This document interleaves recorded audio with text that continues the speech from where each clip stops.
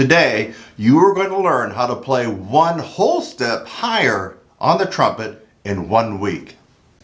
Sound unbelievable?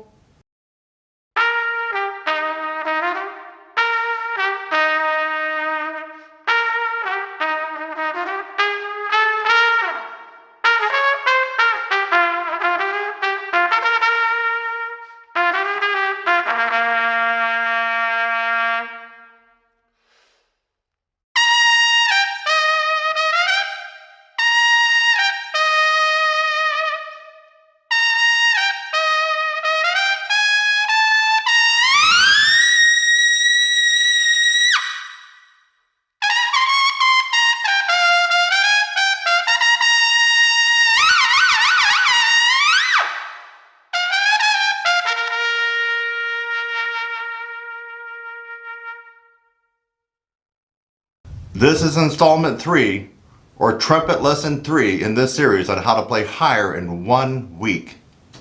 Let me give you this friendly warning. This is not going to be a tutorial, a trumpet lesson about long tones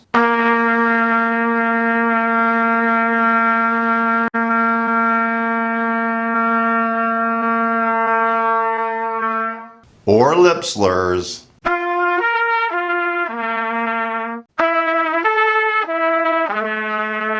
Yeah, so I'm not going to give you that generic advice that you already know, or that you likely have already found on YouTube, or that you likely have heard from your trumpet instructor, especially if you're a trumpet major at some college or university. You're not going to get that here. You already know it, or it can be easily found on YouTube. Before I continue, please make sure to subscribe to this channel to get amazing and unusual trumpet lesson tutorials. By the way, also lessons for tuba, trombone, cornet, flugelhorn, French horn, baritone, euphonium. Yes, it's all here at Trumpet Sizzle. So subscribe right now and hit that little bell notification so you'll be alerted anytime I put up a new video.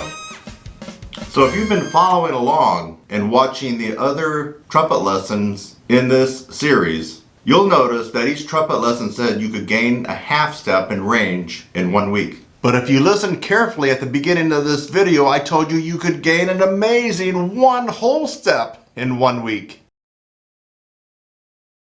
You didn't miss here, and I wasn't fooling around.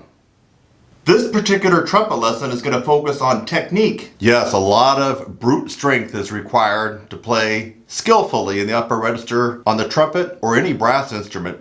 However, you cannot forget about technique. Technique is essential. Unfortunately, so many people are using the wrong technique to play and excel in the upper register of the trumpet or any brass instrument. Okay, I can hear you say, Kurt, get on with this. What is this amazing technique you keep referring to that will give me 1 whole step in 1 week? Okay, you ready for the technique? You ready? Are you ready? The technique I'm going to share with you right now is called lip roll-in. Roll-in. R-O-L-L-I-N. Lip roll-in. And it really amazes me how many people don't know about this and how many people don't do it. And for those who know about it, they still don't do it. I can't tell you how many times I've gone on YouTube to see people start their playing and not roll in. And it looks something like this. The lips are just like this. The horn comes up like this. And that's it. There's no rolling. So if I'm going to play in the upper register, it's going to go something like this.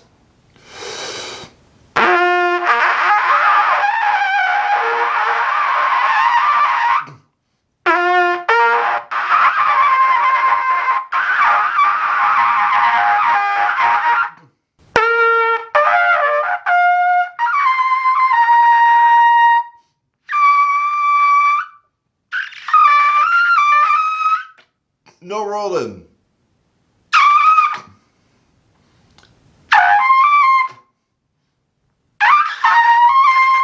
And what you just heard right now sounded like total crap. Why? No rolling. But you heard at the beginning of this trumpet lesson video, I killed it on Sesame Street.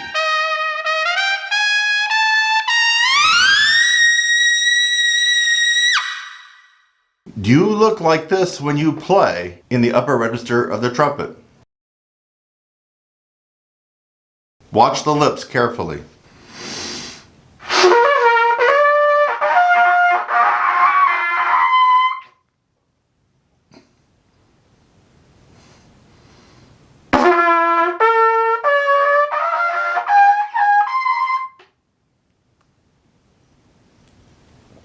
Let me actually roll in and show you the difference so you can hear it and see it.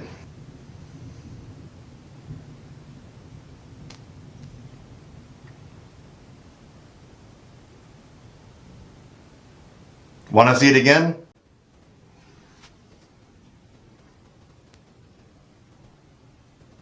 Now, let me go ahead and apply that technique of rolling to playing the horn. Remember, this could be applied to tuba, trombone, French horn, baritone, euphonium, cornet, flugelhorn, E-flat cornet. I put the mouthpiece up to my lips. If I'm going to play low, I'm going to keep a low C setting, what I call a low C setting. It could be a low B-flat setting if you're playing a bass clef instrument. A low C setting. Jaws drop down low. More of a pooch in your lips. Not much roll in.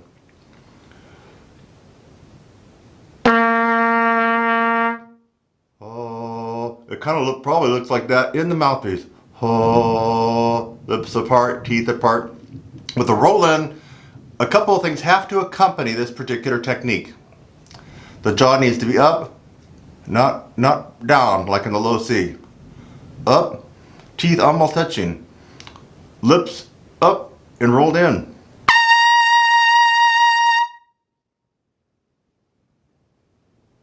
Rolled in. More extreme now.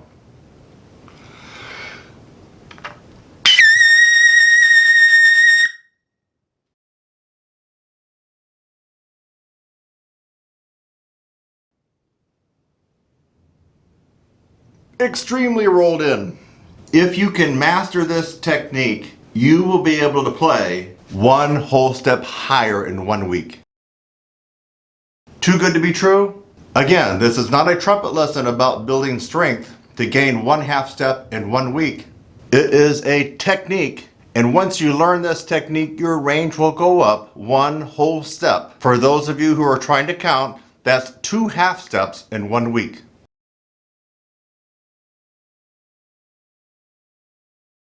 Now here are 2 strategies that can help you gain this technique. Number 1, use a mirror. Yes, you heard right. Practice this technique in front of a mirror. Or maybe you can borrow your mom or sister's makeup mirror. You know, the little round one that flips around and one kind of magnifies and you can just set it on something?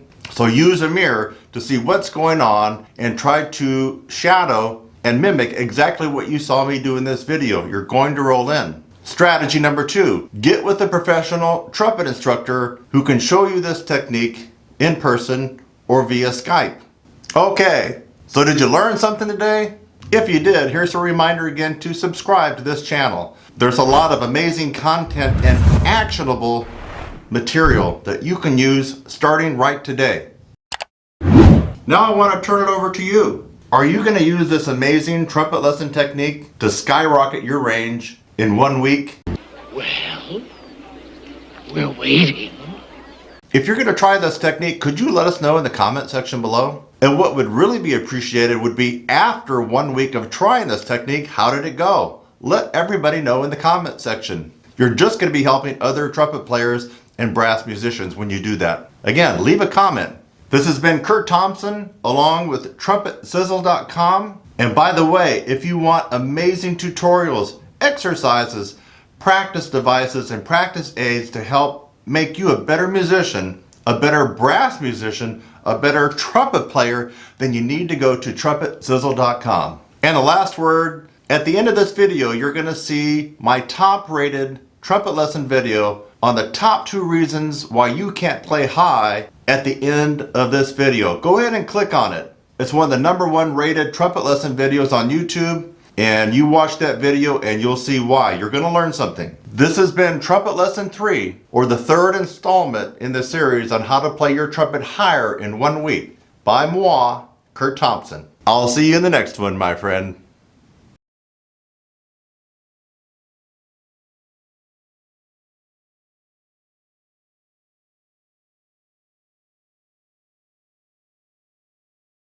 On the trumpet in 1 week. The trumpet technique that I'm going to show you today has really helped me improve my range, actually more than a half step. But we're going to let you guys experience the half step increase in range in high notes on your trumpet by using this one amazing technique. And thanks to this one amazing technique that I'm going to show you today, I am able to play extremely well in the upper register of the trumpet.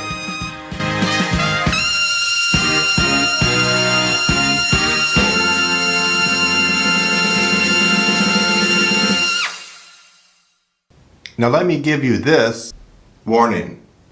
We're not going to be going over the same old that you already know about. Lip slurs.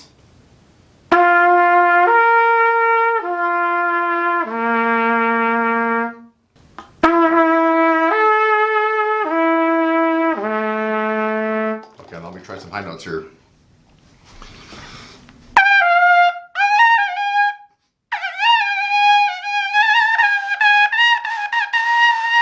Oh, why can't I play high? I'm playing lip slurs. Long tones.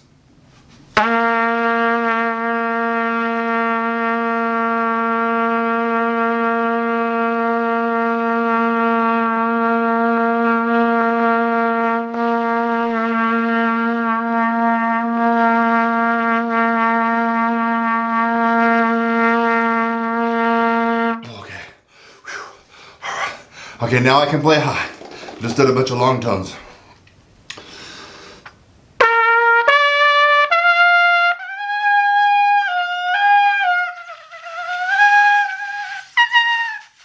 Oh, I still can't play high, even doing long tones. So yeah, this is a warning. You're not going to get that same old advice that you've already been given, long tones and lip slurs. It can only take you so far. You are going to get an amazing, unique technique. I'm Kurt Thompson, TrumpetSizzle.com. Let's dive into it right now. So are you one of those trumpet players that want to play higher? Yeah, me too. You're going to love this technique. I'm going to give you the good, the bad, and maybe the ugly of this technique. It's so simple. You're going to be doing Roy Stevens' no pressure system palming. Make your hand like this. Not like this. Not like that. Like this. Give me a high five. Your hand stiff and flat. Now I want you to turn it over. This is my left hand. You're going to turn it over. You're going to make it like a shelf. Almost like a shelf. You know, like you could set something on. See? It's a shelf. You can set a mouthpiece on there. See? Just like a shelf. Take your horn. Put it on that shelf. Do not allow your fingers to do this. Even a little bit. Your hands and fingers need to be stiff and straight, almost like popsicle stick. Lay the horn on your hand. Don't grab onto it. Just lay it on like a shelf. If you're not careful, it could actually fall off. That's how you want to do it.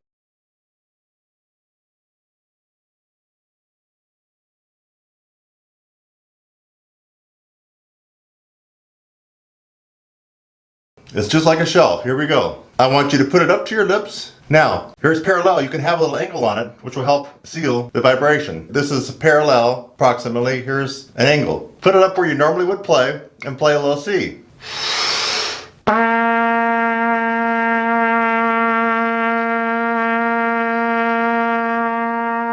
Easy, right? Yeah. Step 2 in how to play higher on your trumpet for this 1 week technique. On your palm again, and I want you to play 2 notes.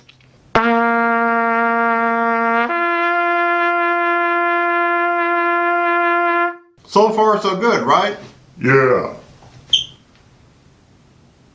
Seems like we have an echo in this room. Step 3, you're going to add a note. So far we've done the low C on trumpet. We did the low C to the G on trumpet. Now we're going to add a 3rd note, the C. This has to be slurred, and it has to be about mezzo forte to forte, which means medium loud to loud. Remember, hands like a shelf. Lay the trumpet on the shelf. Parallel, you can add an angle to it.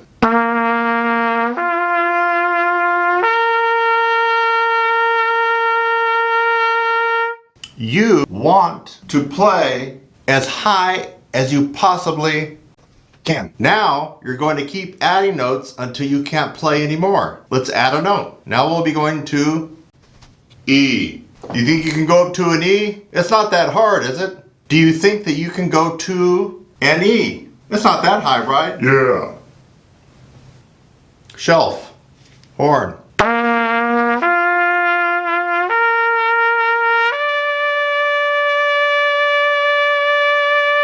Did you notice something? Each time I start down on the low C, we went low C, G, low C, G, C, low C, G, C, E. Each time that you repeat it, you always start back on the low C.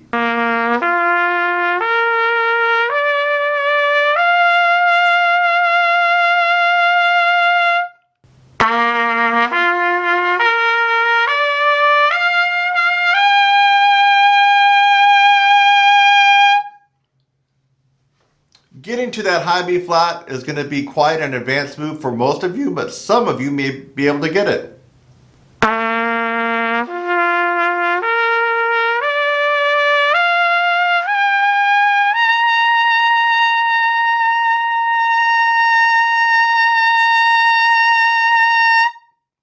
That was high C, doing the Roy Stevens palming, no pressure system. If you can get up to high C like that, and it was loud, you really have strong chops. You really have strong chops. Yeah. You want a half step increase in your range? 7 days, my friends. 7 days. Every day.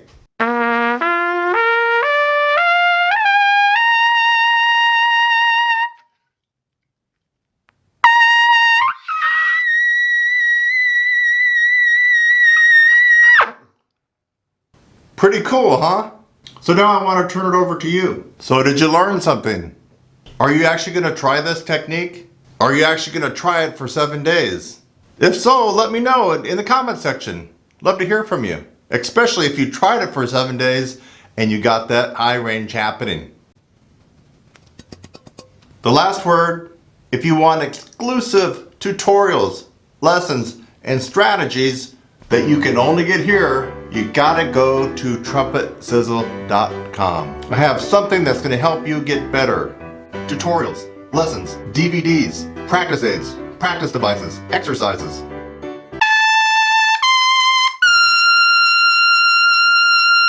I'll see you in the next one.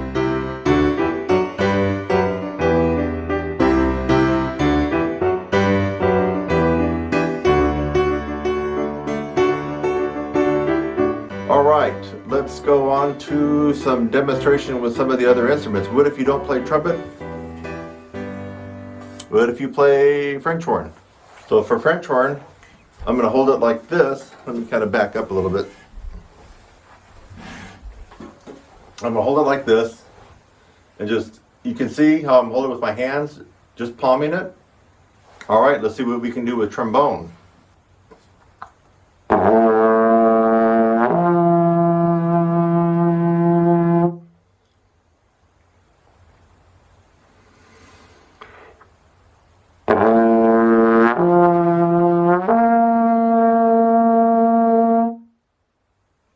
Alright, here's your phonium, and I got one hand down here. I'm not going to grip it.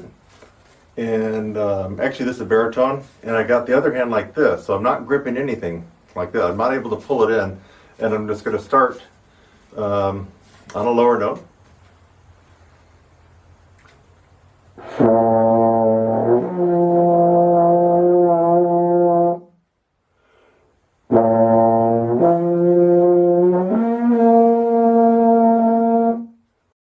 Now this guy you're probably going to have to get a little bit more innovative with. This is too heavy. What is it, like 25 pounds almost, just to try to do what I did with the baritone, which was pretty light.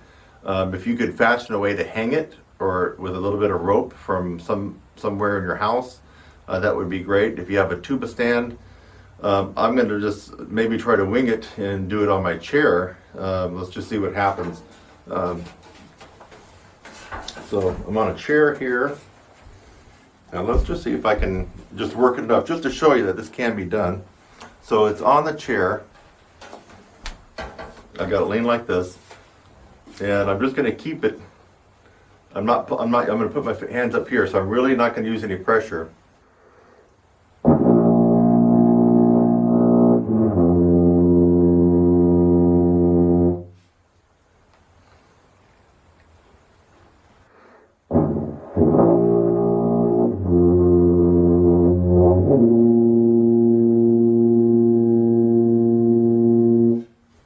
All right, are the wheels turning right now? So this would actually be better if you had a tuba stand and you just bring your mouth up to it and don't even touch it. But you could see that I was using no pressure, just with the tips of my fingers.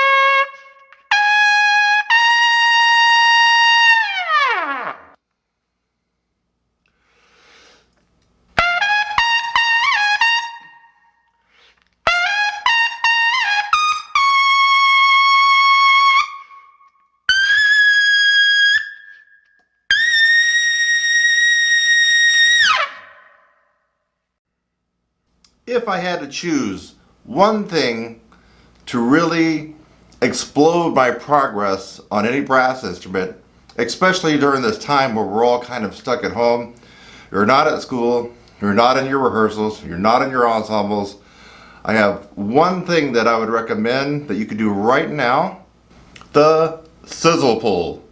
The sizzle pull.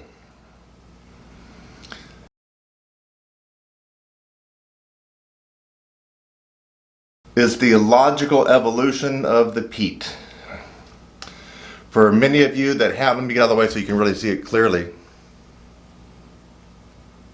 There we go, should come into focus a little bit better.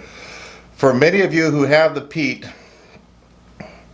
this is the evolution of the Pete. It does everything that the Pete does and a lot more. It's like the Pete on steroids. It has another, what, 10, 15, 20 variations that you can use. It's solid metal.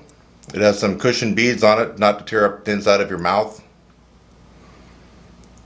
This is the sizzle pull. You can get this along with a tutorial for it. If you didn't want to embark on the best #1 rated amateur improvement program in the world, which is my 16-week brass upper register course, the new revised one, if you're not ready to take on that and tackle that, which actually that's the one that you should really be doing. But if you just wanted to try something that's easy, not going to take a lot of time, but will give you almost instant results over anything else that you could try. I mean, I've looked at everything that is out there, anything that you can buy anywhere. This will do it. The sizzle pull.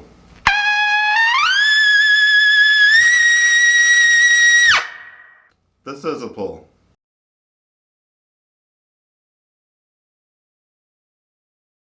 Today, you are going to learn how to play 1/2 step higher on the trumpet in 1 week.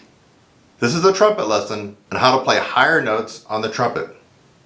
The trumpet technique that I'm going to show you today has really helped me improve my range, actually more than a 1/2 step. But we're going to let you guys experience the 1/2 step increase in range in high notes on your trumpet by using this one amazing technique. And thanks to this one amazing technique that I'm going to show you today, I am able to play extremely well in the upper register of the trumpet.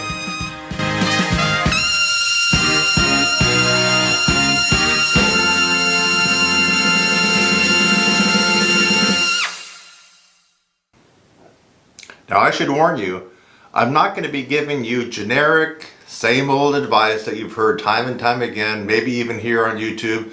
Definitely if you're a music major, of practicing long tones, practicing the Schlossberg, blah, blah, blah, blah, blah, blah, blah, blah, blah. You already know that, so I'm not going to be talking about that here. I'm going to be giving you this amazing technique that will work in 7 days. You probably already know who I am, but for those of you just watching me for the first time, I'm Kurt Thompson of TrumpetSizzle.com. Let's dive right into this amazing technique.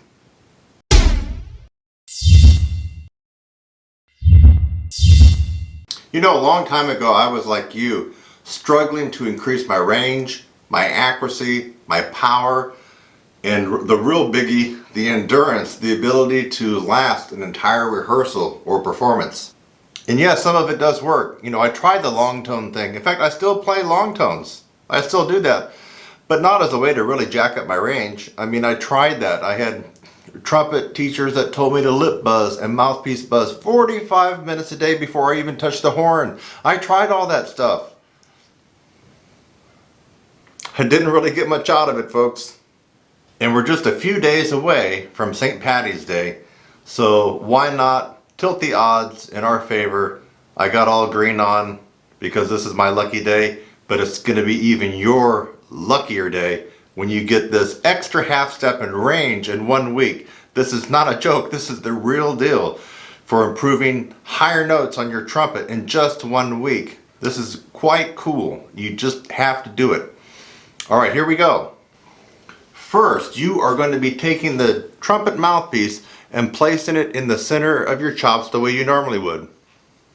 You're going to start off on a relatively easy note. Say, for example, middle C. Now watch carefully. I'm going to repeat middle C going to my left, and this will probably be your right, but I'm going to repeat it several times as I slide the mouthpiece across my chops to my left corner. That's probably your right. Watch.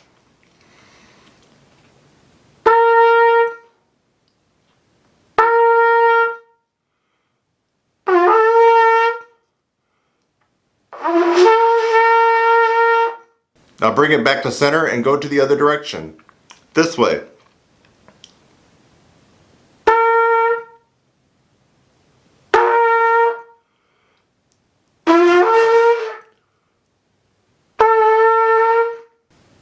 Crazy, right? Crazy like a fox. Now let's try going up to D. Right in the center, over.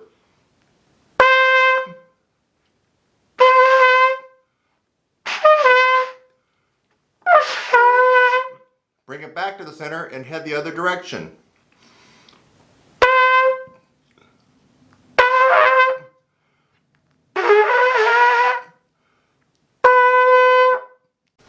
Wow!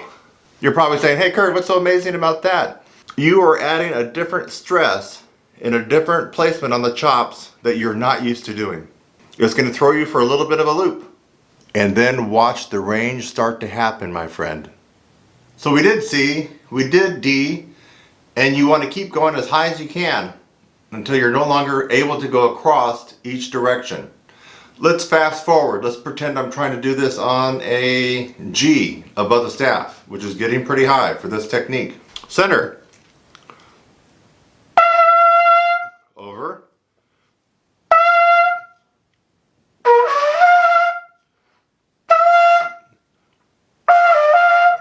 Getting tough. Back center. We're going to go this direction.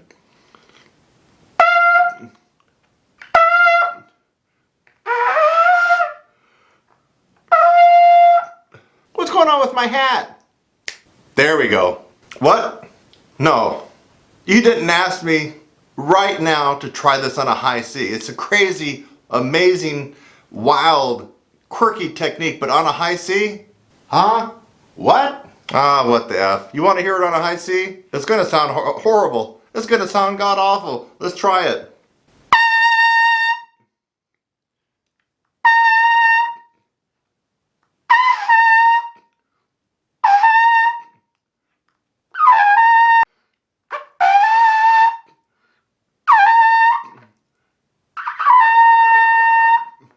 Woo! It was the green hat. The green, the luck of the Irish. The reason I was able to do this on high C. Now, this technique is an amazing technique, and you will get 1/2 step in 1 week on your trumpet. This has been a trumpet lesson on how to play higher on trumpet. And actually, it will work for trombone, tuba, French horn, euphonium, baritone. Now, will this amazing, powerful trumpet technique allow you to do this?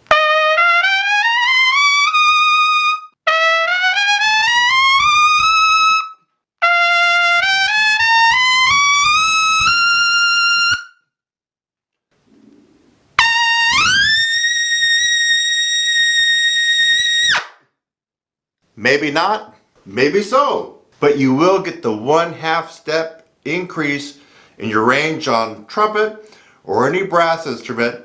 I promise you that in 1 week. So after going through this one amazing technique with me and having observed how to do it, did you learn something new today? Are you going to try this technique? Why wouldn't you try this technique? Well, anyway, if you did learn something new today, make sure to subscribe to my channel, Trumpet Sizzle. It's easy. Just click on that rectangular red button that says subscribe below, right below. Maybe it's right there. It's right there. Just click on it and you'll be automatically subscribed. I'd also hit that bell notification. That way, every time I upload something you might be interested in, you'll get a notification of it right away. And by the way, if you want exclusive training, courses, tutorials, practice aids, exercises, all for brass players, trumpet, tuba, euphonium, baritone, French horn, cornet, flugelhorn, then head on over to TrumpetSizzle.com. TrumpetSizzle.com.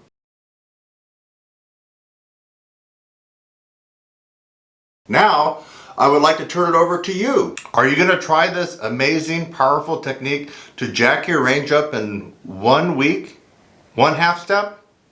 Either way, let me know by leaving a comment below right now. This has been a trumpet lesson video on how to play higher notes on the trumpet, specifically on how to gain 1/2 step in range in 1 week. I'm Kurt Thompson. I'll see you in the next one.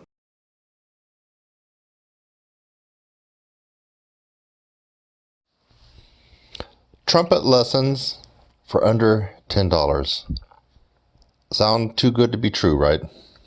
Well, this is Kurt Thompson, TrumpetSizzle.com.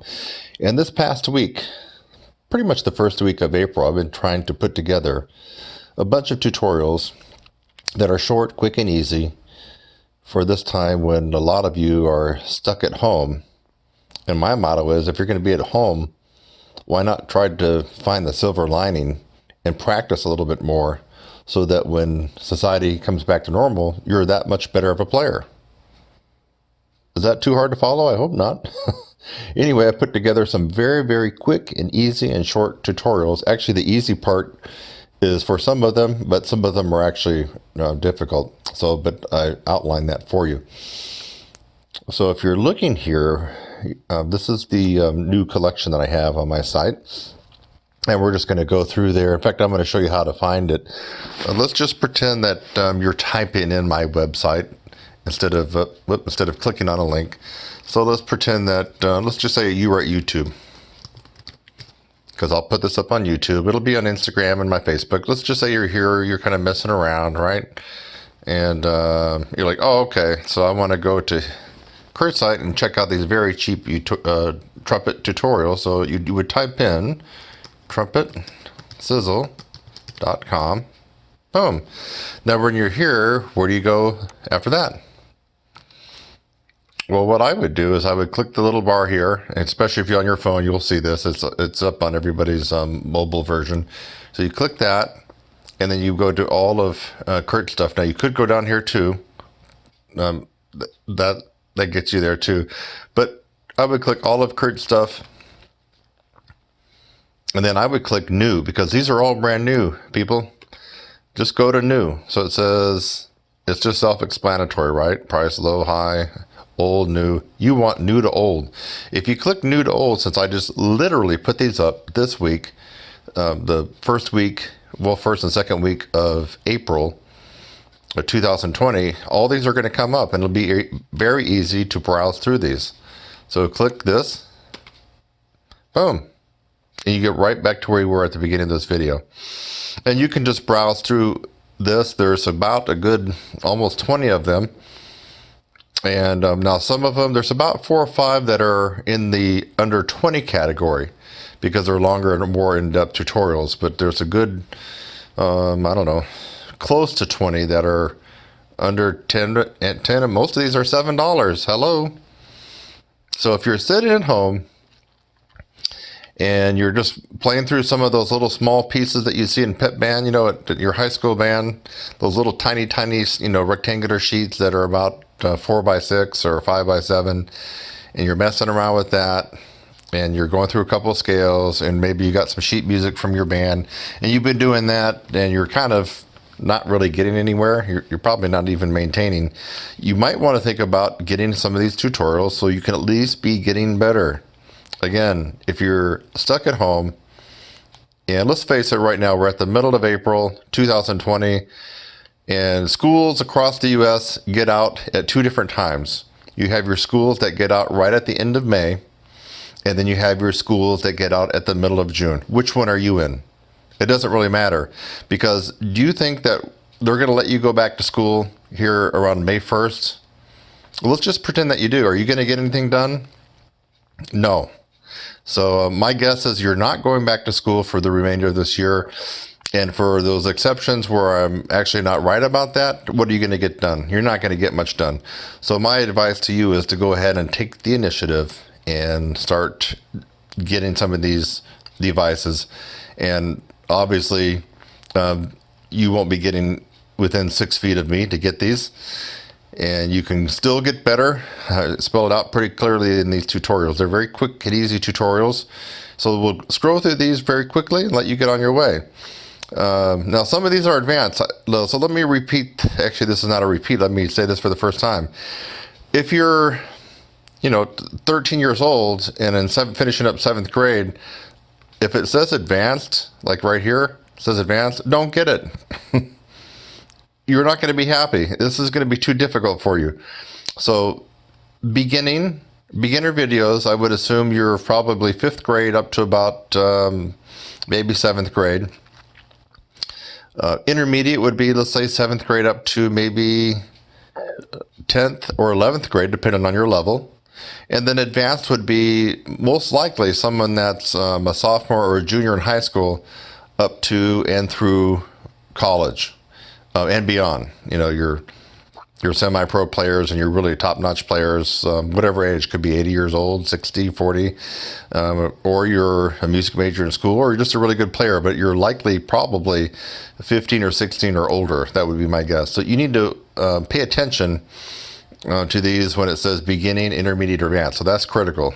You don't need to get something that's going to be too hard to figure out and actually could cause you more harm than good. Like this one here is not going to be good for someone that's, 13 years old. It's not going to be good. So just, I have it all spelled out for you, so it's very easy. You just have to read. Here's a left, right. So this is an advanced lip buzzing tutorial. It tells you how long the tutorial is, and most of these are around $7.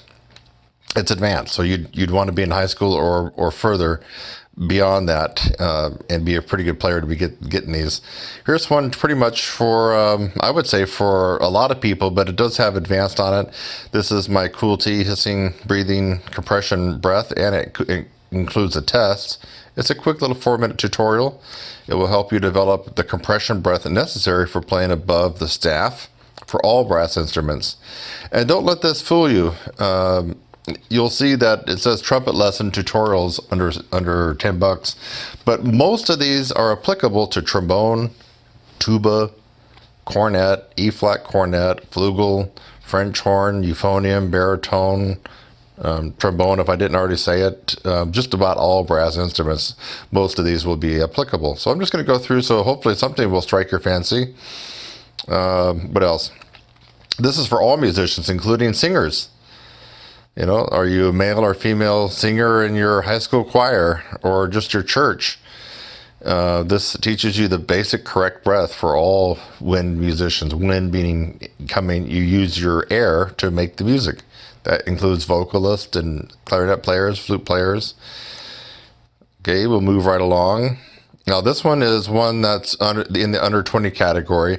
It's a very in-depth, completely detailed tutorial about pedal tones, all about pedal tones, and actually how to use pedal tones to be able to increase your power and your range.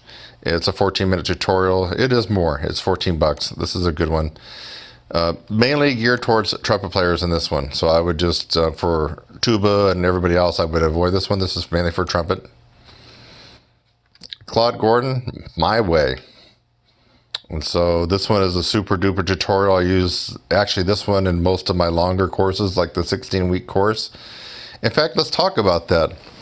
Let's just pretend that you don't go back to school, guys and gals. It's the middle of April. Let's say you go back to school and everything's hunky-dory, the virus is gone. Trumpet lessons for under $10. Sound too good to be true, right? Well, this is Kurt Thompson, TrumpetSizzle.com. And this past week, pretty much the first week of April, I've been trying to put together a bunch of tutorials that are short, quick, and easy for this time when a lot of you are stuck at home.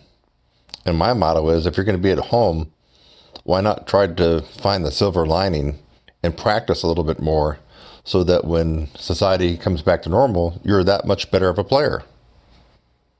Is that too hard to follow? I hope not.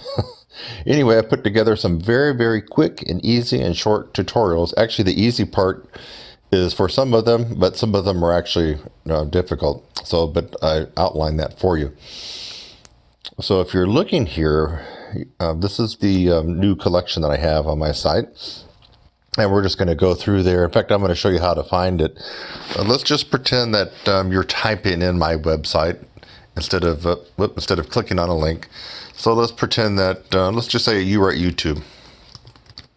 Because I'll put this up on YouTube. It'll be on Instagram and my Facebook. Let's just say you're here, you're kind of messing around, right? And you're like, oh, okay. So I want to go to Kurt's site and check out these very cheap trumpet tutorials. So you would type in TrumpetSizzle.com. Boom.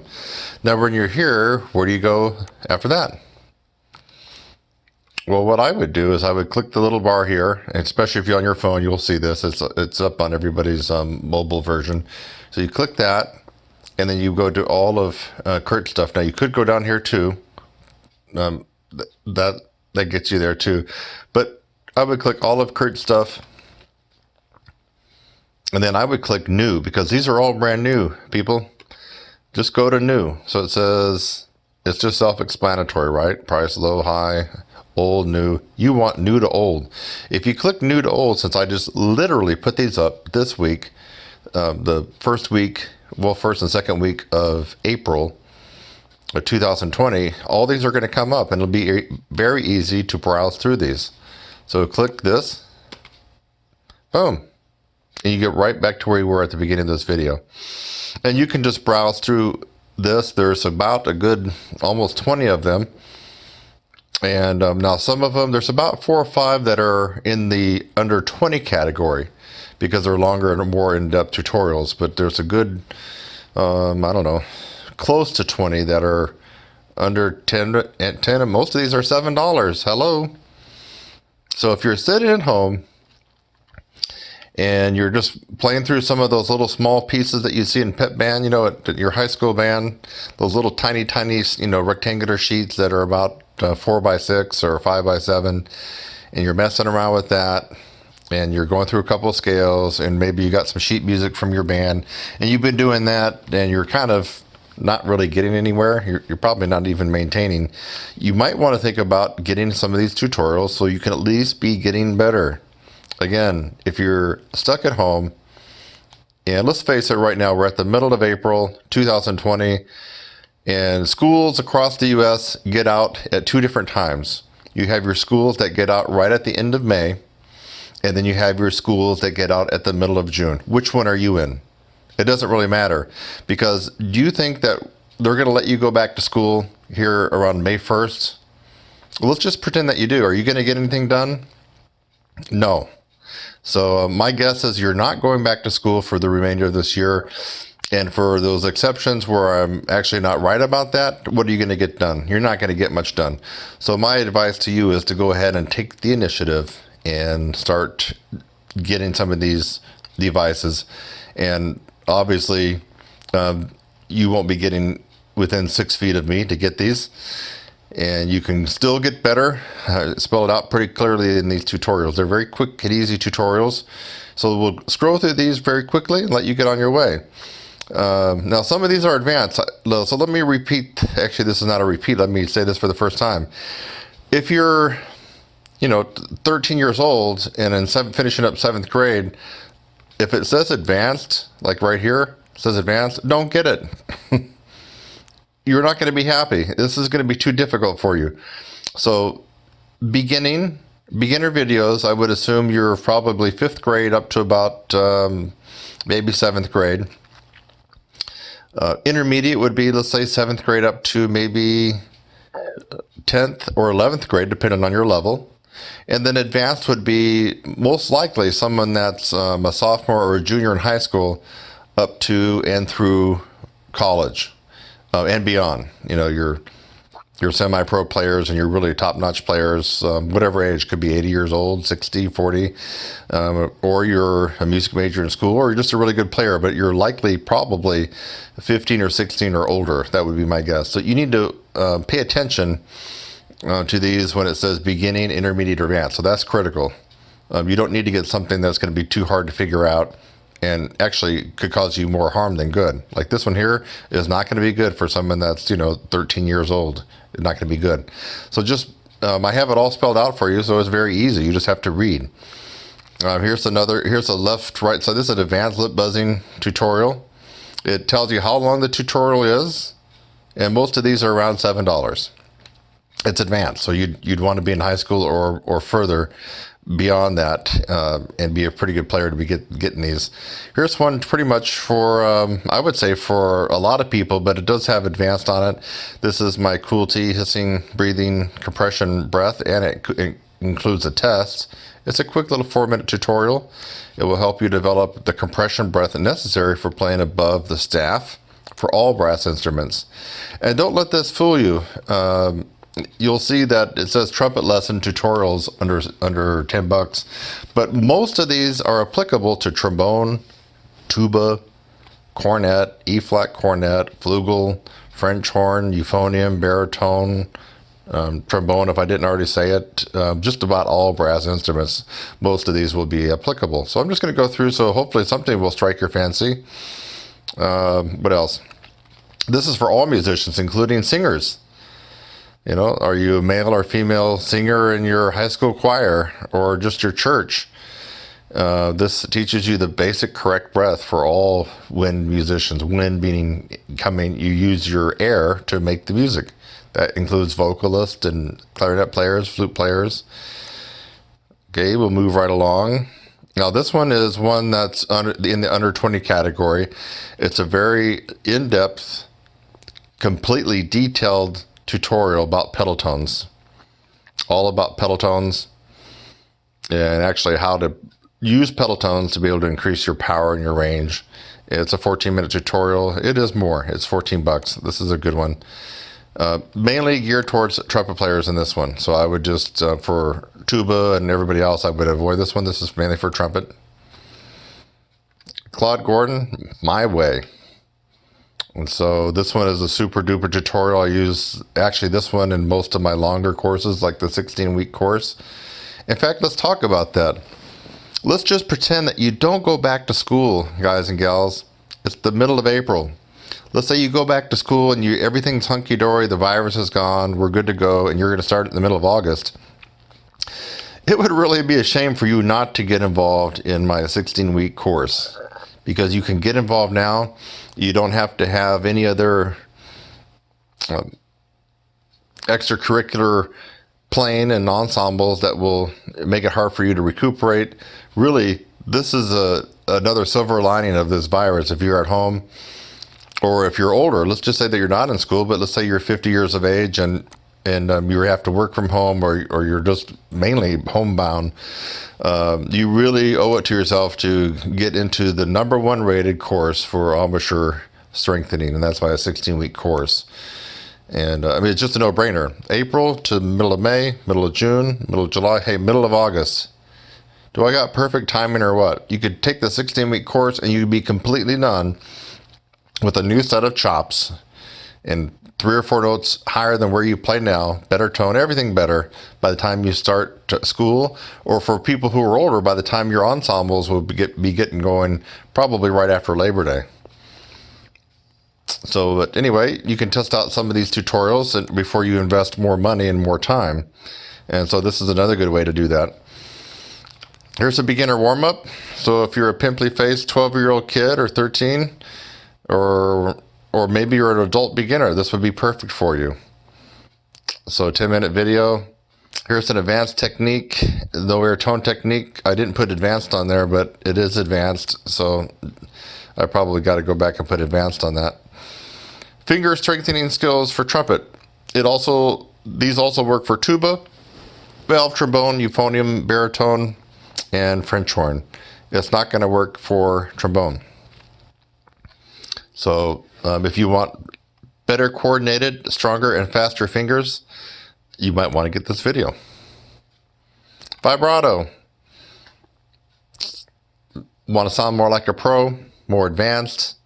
Maybe it'll be more attractive to the audience members instead of have a flat, boring, sound as a lot of people do. Even some professionals, I don't know why they do that, but they will play a solo and not really add the vibrato, and it just sounds flat and boring. So you can learn vibrato on that one. Here's an advanced lip flexibility tutorial. And if you've never played trumpet, if you happen to stumble on this video somewhere, and maybe you play piano or some other instrument, and you've always thought it'd be kind of cool to check out trumpet, and someone gave you an old beat or cornet or trumpet, for $7, you can get this video. It will at least get you started on how to handle the horn, how to make your first sounds, what to do with the mouthpiece, how to do your lips. And that's a lot cheaper than if you had to get with somebody, right? Now, you can't really get with somebody now because of what's going on with this COVID-19. But, if you were to get with an instructor to go over this with you, you're going to probably spend $40 or $50, right? Let's see, unless you get some good college kid that can do it for, well, they're still going to charge you $30.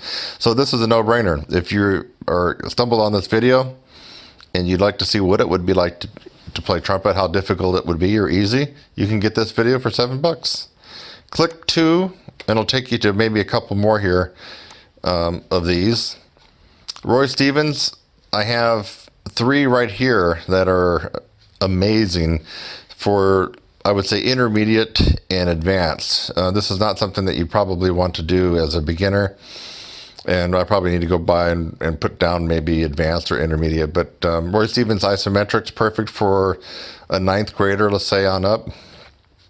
Static and squeaks, good for 9th, 10th grader on up. Harmonic arpeggios, actually this wouldn't be bad for even someone that's in 7th grade, because you're not going to hurt yourself by doing the Roy Stevens harmonic arpeggios. All these are good. And Roy Stevens and William Costello innovated all this stuff way back when, in the 1940s, I believe, and 50s, and even a little bit beyond. So I highly recommend these. Tongue arch would be good for anybody, I think if you're 10 or 11 years old, you might have a difficult understanding it, so I would kind of maybe bypass this for a little bit. But definitely if you're an intermediate or advanced player, you got to and really need to learn tongue arch. And let's see, we got warm-up for intermediate and advanced. Now this is a long one, it's very thorough, and it's not $7, it's in the 14. It's a 21-minute intermediate advanced warm-up. I do the warm-up along with you, and you can just kind of model what I'm doing here. So for intermediate and advanced players, this probably is more likely for people that are seniors in high school or in college, or maybe older adult players that have been stuck. Have you been stuck? Especially if you're older, can you look back at the last 10 years and see that you're still in the same spot that you were 10 years ago? You still have trouble making it through the end of rehearsal. You still can't play higher than an E flat above high C. You've been stuck there for 10 years. Stuck on a piece of music, stuck at a certain level. This will help you get through it. It's a 9-minute video, and I have some certain strategies that will help you get unstuck and break through any sticking points that you have. Move down here. Here's an advanced warm-up. Now this one is not a full warm-up. It's a quickie warm-up for the advanced and professionals who don't have time to warm up. They just got to the gig, or you just got to a concert. For whatever reason, you didn't have time to put in a half-hour warm-up. This has a quick strategy for you to get warmed up in kind of an emergency situation. Have you never tried lip buzzing before? Well, without having to come in contact with another human being, you can get this tutorial and be introduced into lip buzzing. Lip buzzing means no horn and no mouthpiece, just your lips. And if you haven't thought of doing that, I would highly recommend it because it's an integral part of your playing, and the improvement of your playing is developing the strength in your lips, which is a little bit different than the strength in your corners and your cheeks and your embouchure. Intermediate lip buzzing, just like the name sounds, you need to have spent a couple months on the beginning lip buzzing stuff first before you move on to intermediate. And then I do have a longer, more in-depth, and then now this one's tough, an advanced lip buzzing tutorial, and it's a little bit more. It's 14 minutes, $14. I don't recommend anybody getting this unless they've already had a decent amount of experience in lip buzzing, let's say at least 5 or 6 months worth or more. So don't, now you can get the whole collection if you want, but I would go one by one in order from beginning to intermediate to advanced. And there you go, ladies and gentlemen. I got all these cool little tutorials, and it doesn't cost you an arm and a leg. That said, an arm and a leg is going to get you a lot further, and that's this guy right here. It's the 10-year anniversary of my upper register course. It's been completely revised, filmed in FHD, much better audio. Everything's better about this. It's just done a lot more professional. 85 techniques over 4 months.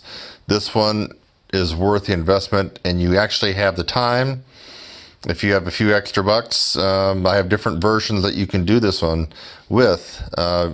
Here's a new one I haven't talked about yet. I'll be doing a different video on this one.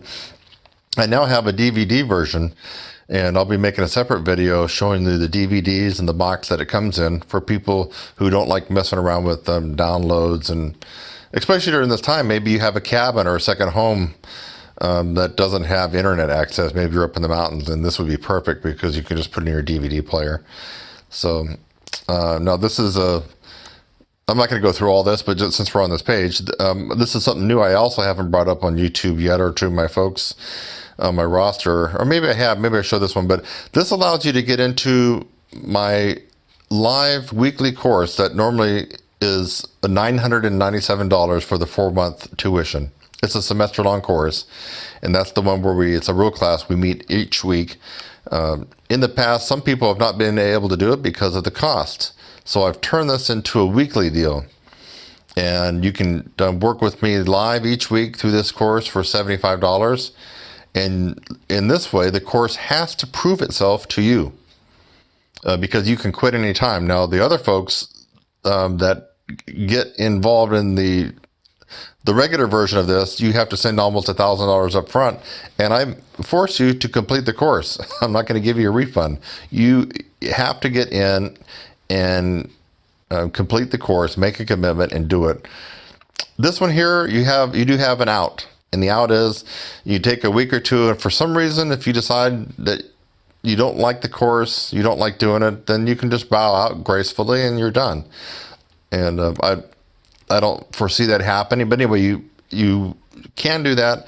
The other thing about this version is here, you will let the course prove itself to you each week. You do 1 week, you like it, you got a little bit better, you do the next week. Like the next week, so forth and so on. You get my point. It's perfect for the skeptic. So, and also perfect for the person who doesn't have $1,000 wad to put down on the other version of this course. So anyway, we're going to stop there because I'm not going to go through. I got a lot of stuff to go through. I just mainly wanted to show you all the new stuff here that I got here.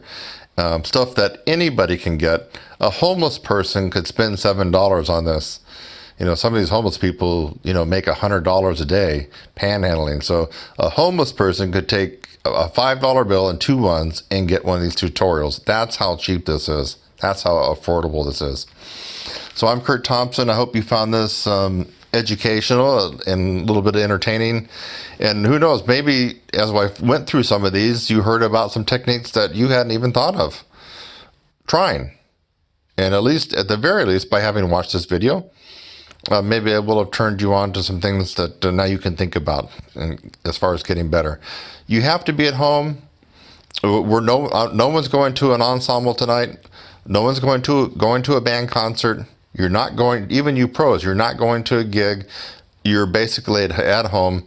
Why not get better? Why not make the most of this? Look for the silver lining. The silver lining is we can do extra things to get better. I'm doing it myself. I'm working on some things myself. I'm not going to tell you exactly what it is right now, but I'm doing some things myself to actually, make me turn another corner and get better at my instrument. So we all should be doing that, taking advantage of this downtime and use it to practice more. Kurt Thompson, right up here, TrumpetSizzle.com. By the way, that's me in the picture. I'll see you next time. Bye-bye.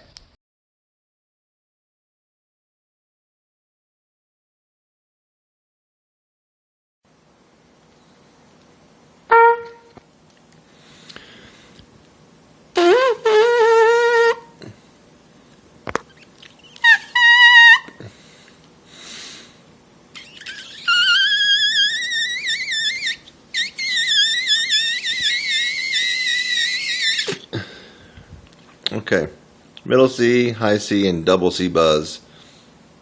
And that's the ultimate test in pure embouchure and lip strength. Notice I was doing the real lip buzz. I wasn't doing the little puff out your thing that 8th graders do. No, I was doing the real lip buzz with an embouchure set, my lips rolled in, like I'm blowing into the horn. So make sure you're comparing apples to apples. What I did was the real lip buzz, free lip buzzing, like you got your embouchure set. So if you do this, that's not what we're talking about. We're talking about real free lip buzzing, which requires an enormous amount of embouchure strength. And you can always just about count on the fact that you can buzz a certain note, it's likely you can play about an octave higher than that. Buzz a high C, you can probably play double C. Buzz a middle C, you can probably play high C. Buzz a double C, like I just did, you can probably play a triple C, which is true. So there is a correlation between your lip buzzing and your strength and what you do on the trumpet, what you do on any other brasses. It doesn't really matter, tuba, trombone, whatever. So embouchure strength is the most important thing, the most important aspect of brass playing. Take it away and you really have little left. Little left. You might as well just become a singer. I mean, you really do. If you don't have the embouchure strength, you can't play. I don't know, maybe you can play in the low register, and that's about all you're going to get if you absolutely have no strength here whatsoever. Nothing really is going to happen on the horn. You could be Olympic swimmer with great lungs and air. No embouchure strength, and it's going nowhere. So there you have it. And I will continue on with this brass improvement series right here. Hey, today we're going to be talking about chop strength or embouchure strength versus air. And it seems like every other day I'm getting an email from somebody with a counterpoint of view for myself about air. A lot of times you hear me say air is not the main thing that's going to get you your range, and it's not the only thing. And then people think that I don't believe in air at all, and that's not true. But we really need to figure things out. Now I love Don Jacoby and his stuff. Bill Adams is wonderful. In fact, I do a little bit of his stuff in my 4-month upper register program, the lead pipe buzzing and stuff like that. So, and then the other yoga breathing techniques. But air, my friend, if you work only on air and think that's the holy grail to ultimate endurance at upper register, you're going to fail. That's just the bottom line. And we're going to find out why today. In fact, I'm going to prove that air is not the holy grail to upper register. It really is lip and embouchure strength. And then the second to that would be how you compress your air. So that is a very important part of being in upper register and playing that way, playing clearly in the upper register. So, and I'm not following a script here, I'm just thinking out loud, but you need to see a good up-close demonstration. That's why I have this camera so close. I want you to notice how much air I'm really taking in to be able to get in the upper register. And if you have half a brain, you're going to figure things out that you got to have the chop strength. You got to have the lip strength. Lip strength is a little different than your embouchure. I mean, than the muscles that surround here. Don't believe me? Watch some autopsies. It's pretty gruesome, but you're going to see that the musculature of the face right through here, our embouchure, actually is different tissue than what you have right here. And so this is a little something different here that we want to work on to get stronger. You have to have lip strength to withstand the pressure of the air coming out. So yes, you do need to be able to have great air flow and to be able to really compress the air. That's the most important part. So even if you only had one lung, if you had the mechanism set up to really compress that air and everything was synced and coordinated, I'm sure that you could probably still play decently in the upper register and expand your range. I'm confident of that. And let's find out why that is. So I'm going to put the mouthpiece up. First of all, I'm going to see if you can get the feeling of when I take a full breath. So here's the full breath. Okay, so you'll know when I'm taking a full breath. I'm sitting down, so you'll see that I have to do that. Now, if I take a partial breath, I'm not going to take a full breath. And by the way, this video's in lieu of me writing out a big email for my brass techniques improvement series.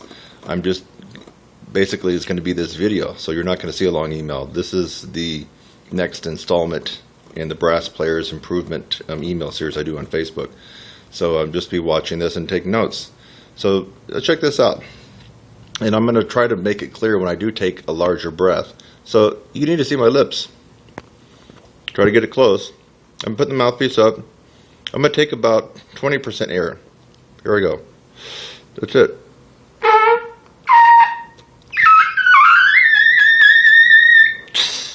That's only 20%, folks. Now, I didn't exactly have the accuracy that I wanted because I didn't have the airstream pushing it forward. But that's pure embouchure strength. Let's do it again. I'm going to take about the same amount of air, about 20%. Here we go. It's only 20.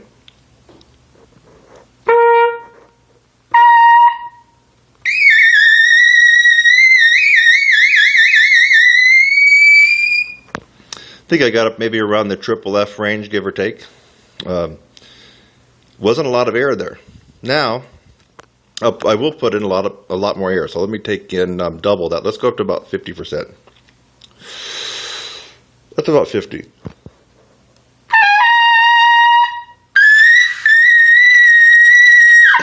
So I'm getting more sound out, and the air that I'm blowing through my chops is more air, more quantity, and it's actually probably a little bit faster, of course.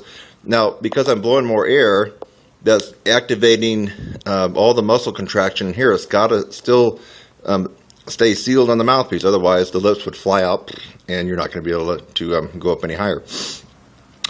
So anyway, that should be really clear. Let's just take another look at that. Not much air. So here we go. That's a big breath, and let me let it all out.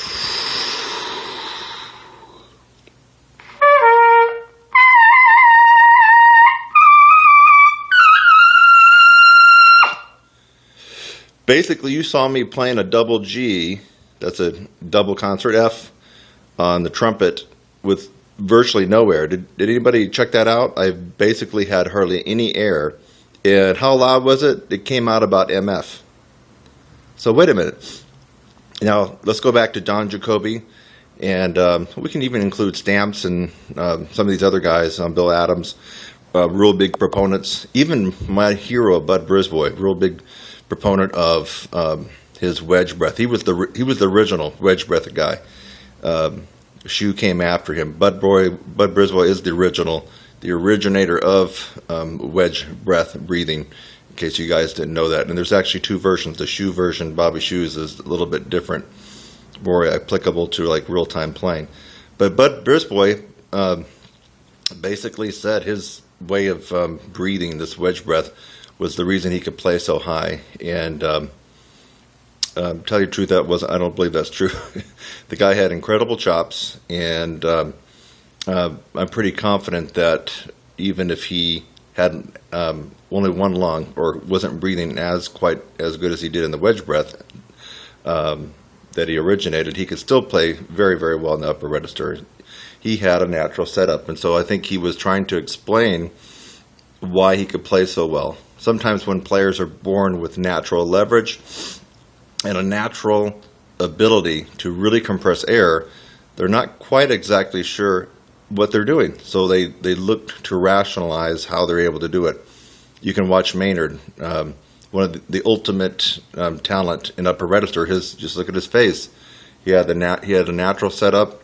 His teeth and everything was just perfect for being able to get the high velocity out to play in the upper register. Now, of course, he had to work. He had to practice, not shortchanging that. But I think at some point he was trying to figure out how he was actually doing it. He had just this ultimate talent. I mean, he had the perfect leverage just built into a system that a lot of us have to work a lot harder to get. And sometimes we don't even get to that level. So you can watch in some of his master classes that he really explains about that he worked a lot on his breathing, and then he leans back. He's really big about bending knees and leaning back. And I'm going to tell you something, and Maynard is also one of my heroes, just along with Bud, but they're trying to explain how they're able to play so easily and well the upper register when, in fact, they had just like the ultimate amount of talent to be able to do so, a natural setup. I'm confident that you can take in a big gulp of air and practice yoga, lean back, bend your knees, and you're not going to be sounding like Maynard. And you're not going to really get that much upper register. You're going to have to do something to strengthen this area up here in your face. You have to have the strength up here. There's just no question. And what do a lot of people tell you to do? Do long tones, take stuff up an octave, play in the upper register, and really work on your airflow, and you'll get there. Nope, it doesn't cut it. It doesn't cut it. Now, it might for some people who are already predisposed and have the natural great leverage in their face right here, their tongue. Maybe they got if you have a smaller oral cavity and you're using your tongue arch, you really can speed up there a lot faster. So there's a lot of things that really go into this to making natural leverage. So yes, the people that have gained a lot of range and can excel very well in the upper and extreme upper register of any brass instrument, if they did the long tones, if they really worked on their breathing, if they played stuff up an octave, they might actually just get to where they wanted to be, where everybody wants to be, but mainly because they had already a predisposition for natural leverage and a great compression ability just through their genetics. So the rest of us, you're going to have to really be strategic about getting this strength. And unfortunately, for most of us, not one method and not one technique is going to get you there. In other words, you can't just do Bill Adams' method and get there. It's going to work for some people, but will it work for you or me? I don't know. Claude Gordon, love it. And I actually got something out of it, but is it going to work for you? I've been teaching for a long time, and that Claude Gordon doesn't work for everybody. It works for me, and not ultimately, but it did help me out at one point. So I love the Claude Gordon stuff. Roy Stevens, so palming and all that kind of stuff. Will it work for you? It may, and it may not. Reinhardt, all these other methods that are out there. Cat Anderson is probably the toughest method to actually go through. So there's a whole bunch out there. The only question is, will it work for you? And those methods are successful for some people, but not for everybody. Of course, we already know why it's not successful for everybody. It's just fact. If one method was actually successful at producing gorgeous high notes and upper register abilities and endurance, then we would all only use that one method. Think about it. Let's use our brain here. If one method was that successful, you wouldn't be listening to this right now, and I wouldn't be talking about it. Everybody could just do it. So the fact of the matter is, not one method is perfect for everybody. As a result, that's the whole nature of my 4-month upper register course. There's 65 techniques, and these techniques come from every method you can think of. The bulk of it are actually my techniques, and I include a lot of breathing for compression and some other stuff. So you have to take the macro approach to really building the strength. We don't know which particular technique is going to do it for you. I'm confident that out of 65, 5 or 10 are definitely going to be the magic bullet for you. But what's the magic bullet for you? Don't know. And whatever it is, it won't be the same for me or the same for the next guy or gal. So you really have to use your intelligence here if you want to improve your upper register. And keep in mind, I don't care what instrument you play. I don't care if you're a college professor or you're a comeback player or you're a hobbyist or you're a pro player, whatever. It doesn't really matter. What matters is you have to keep improving your range. You can't be settled on your range, wherever it is at today, because the more range you have, what happens? Even if you don't want to play double Cs, classical guys out there, if you can play a double C, what happens here? Boom. The pressure comes off your lips when you're playing in the tessitura that you normally play in, whether it's middle C up to maybe E's. So you don't have to have the desire to play double Cs. It's just if you can play them in your practice, the pressure comes off here. You get a better sound, a bigger sound, and a lot more endurance. So let's take one more look, and then I'm going to wrap it up here. Really, the air is important. And to compress the air, you really have to arch the tongue in your mouth up, like you're saying N or E or T. Your tongue's actually like this. That it's doing the arch. Like that. And you're blowing the air from the back of your throat up and over the tongue, and it comes out the aperture. Now that's great. We got to have that air. But if you don't have the super strong embouchure, chops, and the lip able to contract and hold that air into the mouthpiece, all the air is just going to be useless for you. And that's this brass improvement email series. Hope you get a lot out of it. You're seeing a real good close-up of me, maybe too close. Let's take another look at the mouthpiece. So I'm putting the mouthpiece right on my chops and take a small amount of air.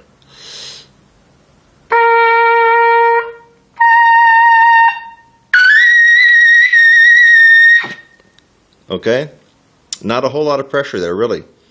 And that was probably about 30% of my air capacity. That should prove a point. It should really prove a point that, yes, work on your air, but you need to focus a lot more on how to get this going here. And let me just leave you with this. If you're pounding away and banging your head at one method, and you keep wondering why it doesn't work, but you know it should work because it works for everybody else, well, that's erroneous thinking right there. You really need to take the shotgun approach. I'm here to tell you, you got to take the shotgun approach, the macro point of view, when it comes to really increasing your strength in your face, your lips, and everything else. You just got to do it. Otherwise, you're going to be one of those guys that sticks with a method because you don't want to, I guess, admit that you've made the wrong decision. You'll stick with that method for all your life, and you'll always have problems in the upper register. So, use your intelligence. Think about things in an intelligent way. And I'm Kurt Thompson. Hope this made a little sense to you. And today's date, by the way, happens to be March 7th, 2013. Take care.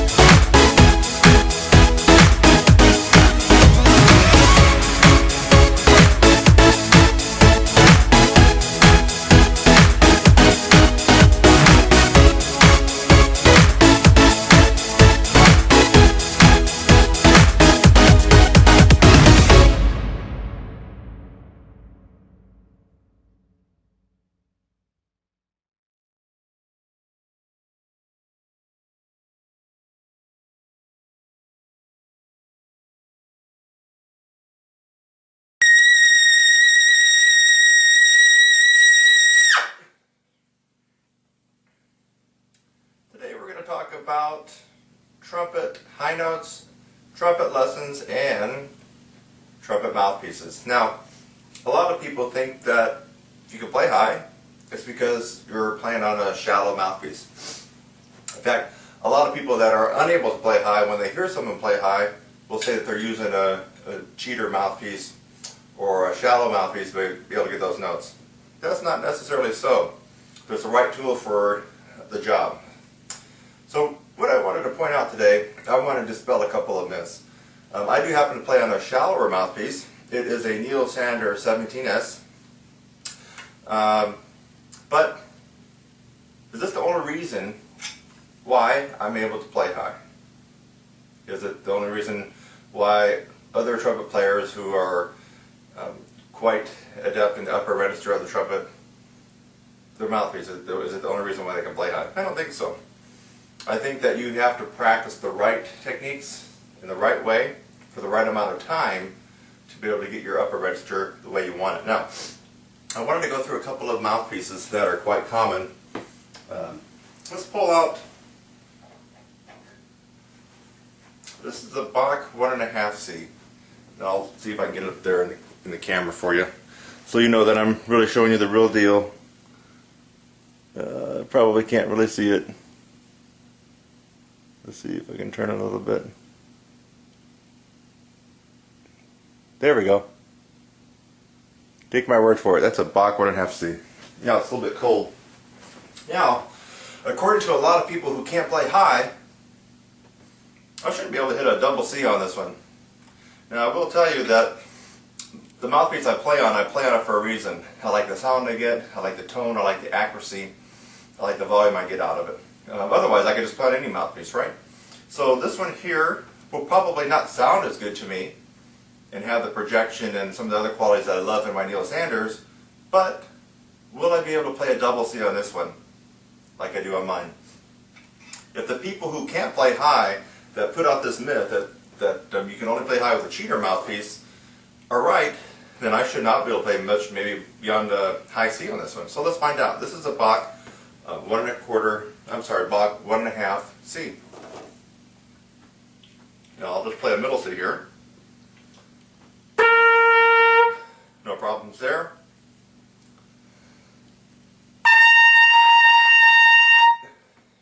Does seem a little bit harder than mine.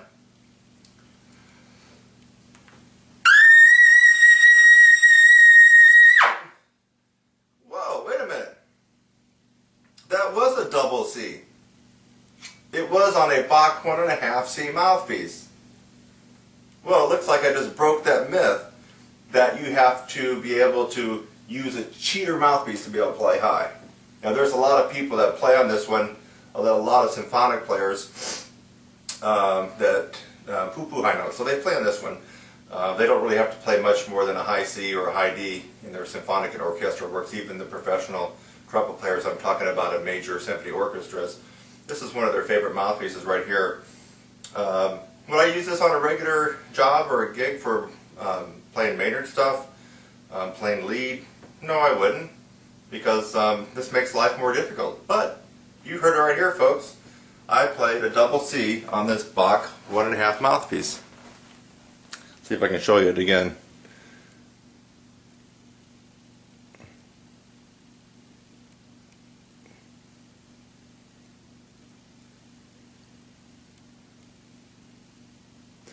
Well, before I put this one away, I got a couple other ones to show you. Let me put it right back in. This is the Bach 1.5 C mouthpiece. I'll put it right back in my horn. Let's just see if that was a fluke. Maybe it's a one-time fluke and I won't be able to get it again.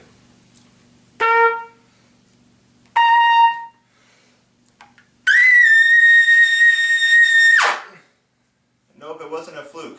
I am able to play high on a Bach 1.5 mouthpiece. Let's set that one aside. Now, what is the most common trumpet mouthpiece in all the world? If you answered a 7C, you are correct. I'm going to see what happens when we get out the 7C. Now watch this video carefully because this is all uncut.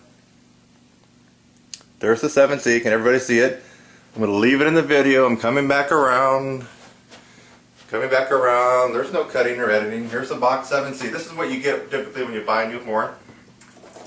Typically what beginners play on it. Very few professionals play on a 7C.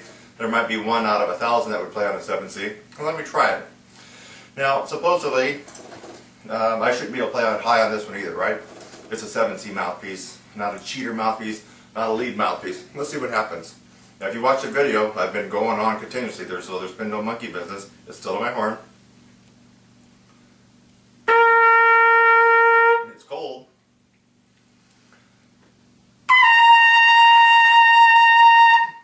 Try to double C there.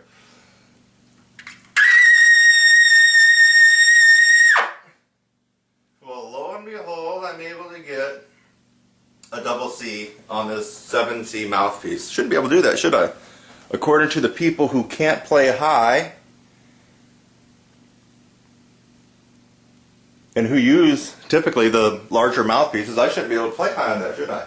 Okay, so I played on a Bach 1.5C, played a double C. I played on a Bach 7C, played a double C. Let's get out just a couple more. This one here. This is a Bach 10.5C. Now this is the mouthpiece that a lot of classical players who really can't play high will actually use in their piccolo. See if I can show it to you. Sorry, it's not coming in clear. There you go. You can see it's there. That's the Bach 10.5C. I'll leave it in the frame so you can see me put it right on my horn. This is the one that a lot of classical players, professional, principal, symphonic players all across the country, the major metropolitan symphony orchestras will pop this in when they got to play something high, or they'll put it in their piccolo. And then they go back to their 1.5C. They'll put the Bach 10.5C in. It's cold, let me warm it up. Middle C. High C.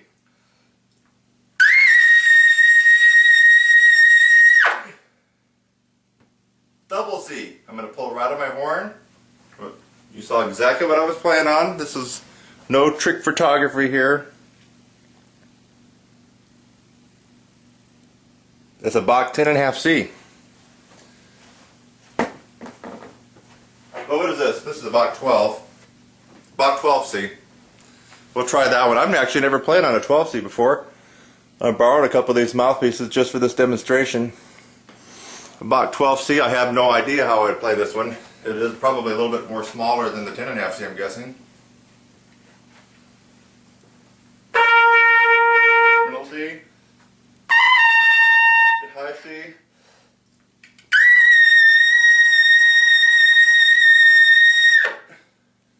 Double C on a Bach 12C.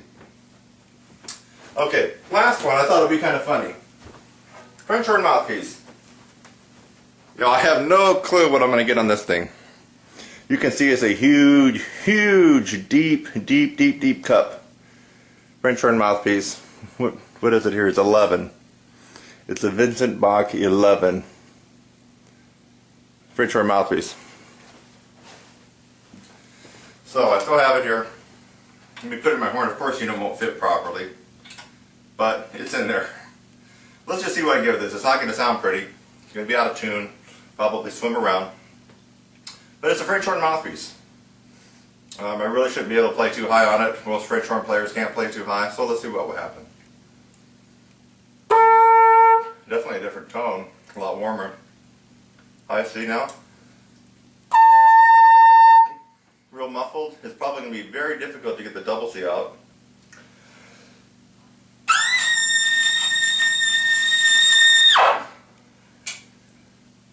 You heard it right there.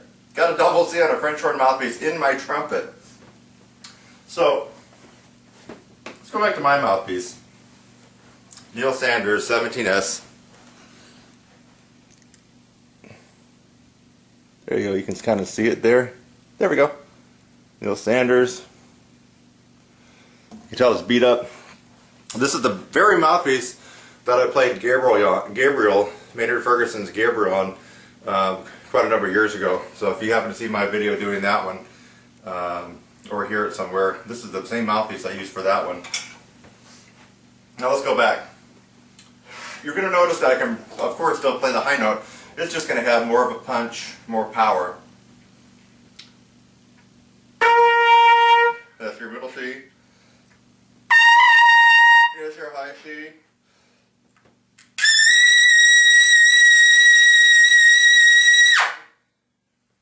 Love it the way it comes out.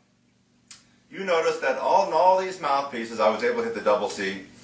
All of us have different dental structure, different facial features up here, and therefore what works for somebody, for example, this works for me, might not work for you. And that's why I would definitely recommend, and I recommend all my students to spend some time going through different mouthpieces and making sure that mouthpiece is appropriate for what you do. This mouthpiece may not be the perfect mouthpiece for a symphonic player, but it shouldn't be the reason a symphonic player would say that they can't play high because they need a cheater mouthpiece. I've just broken that myth right here. You heard me play a double C on a Bach 1.5 mouthpiece.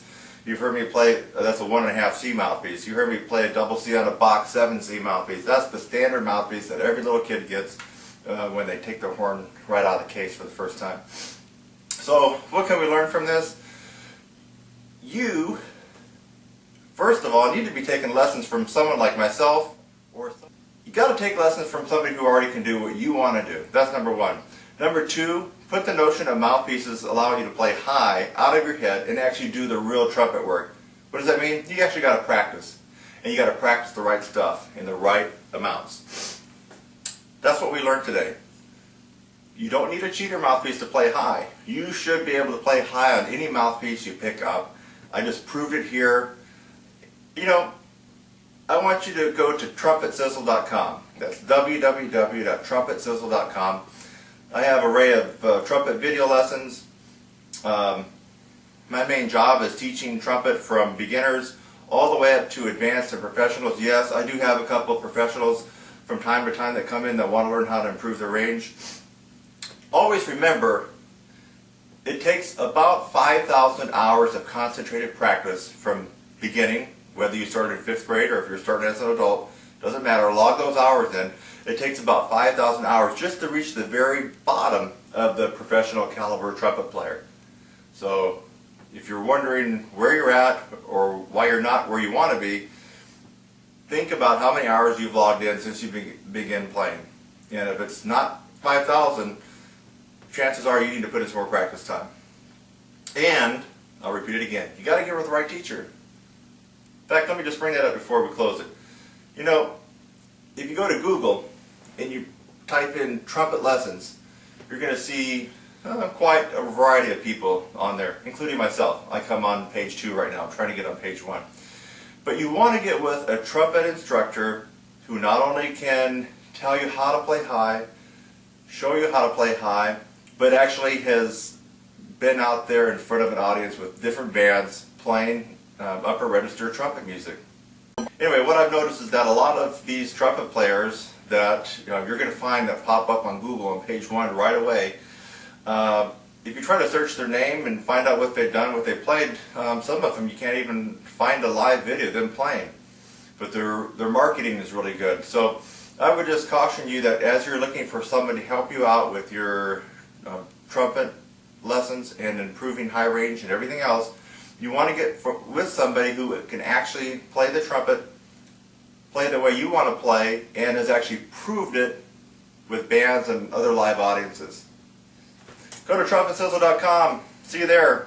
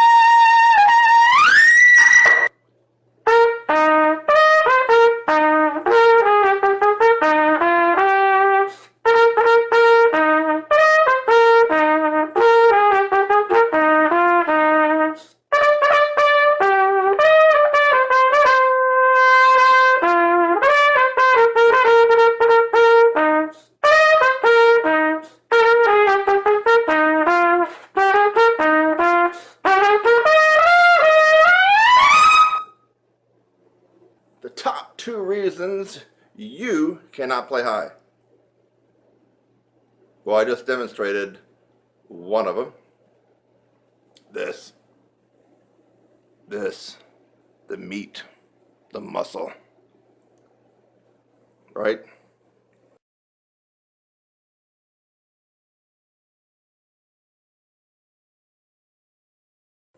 But you already knew that, right? Yeah. You know you got to have chops. You got to build this. Everything. All these muscles, everything. It's all got to be built up strong. So you know that one, but maybe you didn't. Maybe you thought it was talent. Okay? A lot of people think it's just talent. Can't play high. I was just born to play third chair. Just the way it is. Don't get mad about it. Don't beat yourself up over it. You just weren't born with the talent to be able to play high. Actually, some people feel that way. But that is 100% wrong. 100% incorrect. That's your belief system, but it's not reality. Your belief system, but not reality. So the top reason that you can't play high is you haven't gone through the process of training this and the whole mechanism from diaphragm to here to out to the horn. You haven't gone through that process. Now you can look at video, YouTube after YouTube. In fact, I just crossed over the 600 mark on my YouTube channel. Videos available to the public. You can watch them all. You're not going to get that miraculous improvement in range and endurance just by watching videos, even though I'm giving you some good advice and others are giving you good advice. You have to go through the process. The process is systematically applying so many different angles at your chops, your breathing, your tongue, strategically over a period of time, infused with momentum. That's what the process is. And you're not likely to have gone through that process if you're watching this video, or maybe you're just watching it just for giggles.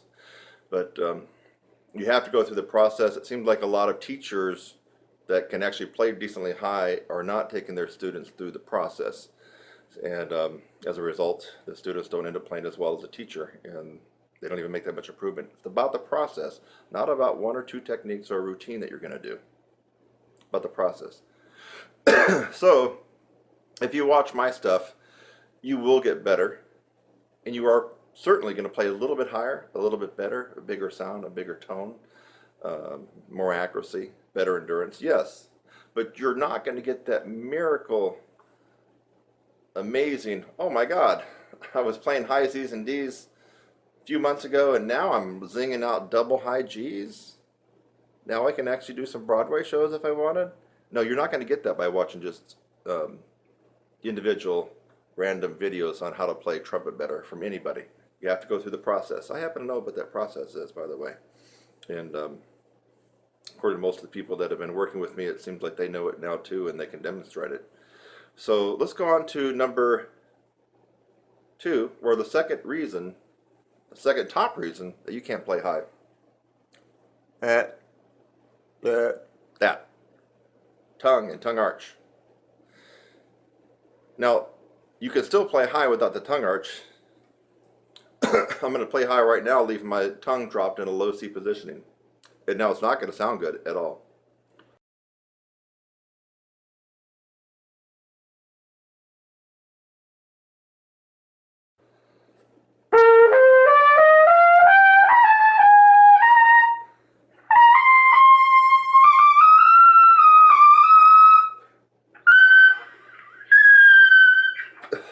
Okay? How am I able to still get up there even though it sucked? I had the chops. But having the chops is one part of the equation. If you don't have the tongue arch, my friend, you can have the range. F, G, weak, kind of brittle sounding, stiff sounding, not that powerful. But I can get those notes. That proves to you right there that if you're still not doing some things right, that you can still gain some altitude just by developing your chops, but that's not going to be the panacea. And what you're thinking about is an end result of how you want to play.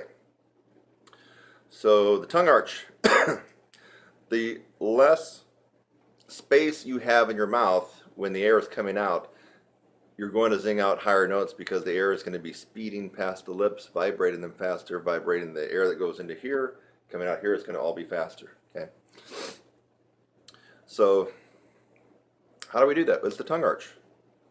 And it's kind of one of the most elusive techniques on the trumpet. It really is. I get people that can actually play pretty decently up to high C, D, even E, and they're not using tongue arch, but they're so used to not using tongue arch that they can actually play sometimes at the professional level or as a professional in a symphony. It's quite amazing how they can do that. They're making things in life very, very hard by doing that, but yet they've accommodated not knowing about the tongue arch or not being able to do it. So what if you had a screwed up embouchure, or what if you thought you didn't play correctly? Well, here's my natural setting. What if I played poorly? Let's move the mouthpiece over a little bit. There we go, see it?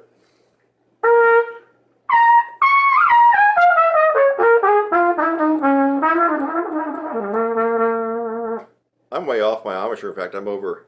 What about the other way? Well, now I'm back to center.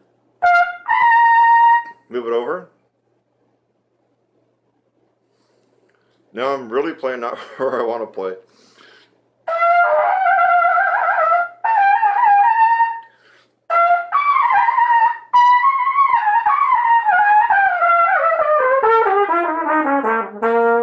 I can still do it, but it sucked that on that one side compared to the other.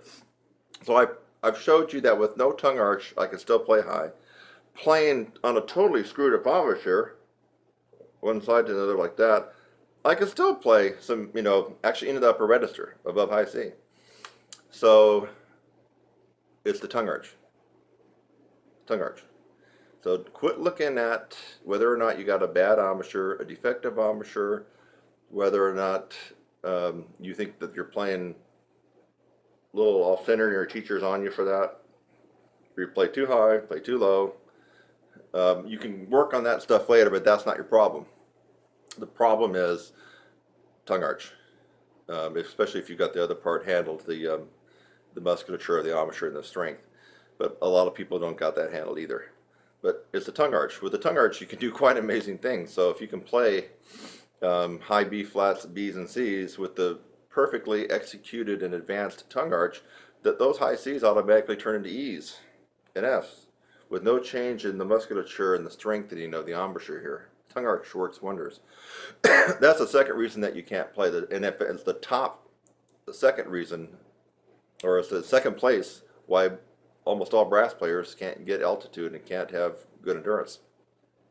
It seems to be mystical and ambiguous, foggy, murky, unclear what the tongue arch really is. But basically, if you can take the tip of your tongue, that's the tip. Take it and put it under, behind your teeth, your lower teeth. There's upper, lower. Take the tip, go down, anchor it.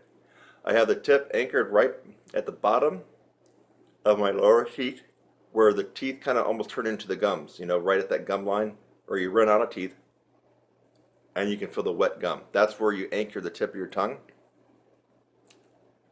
Yeah. And then the tongue arches up, like you're saying in, or E-I-N-G, swimming. Yeah.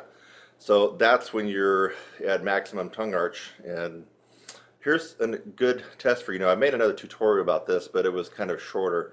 So you can try this on different things. Here's me going from second line G to C on purpose. Okay?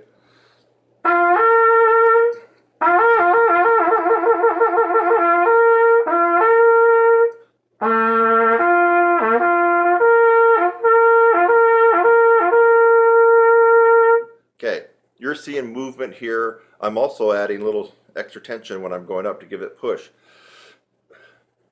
The way to really get the feeling of tongue arch, so it's not theory, it's actually something real that you're doing, is to purposely try not to get the top note, yet raise your tongue in an arch position.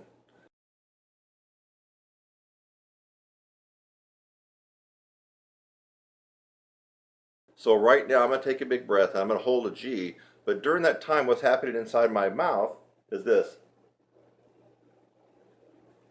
My tongue is arching up. You already know that tip is placed behind my teeth. So it's going here, up. And I'm purposely going to try not to get the C. Watch what happens.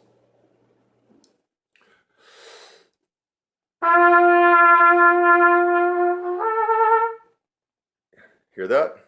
Of course it didn't sound good, but I'm purposely trying not to get the C. I don't want the C to come out.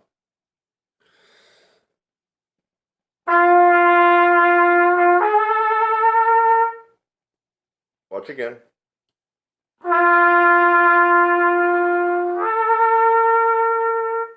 Again.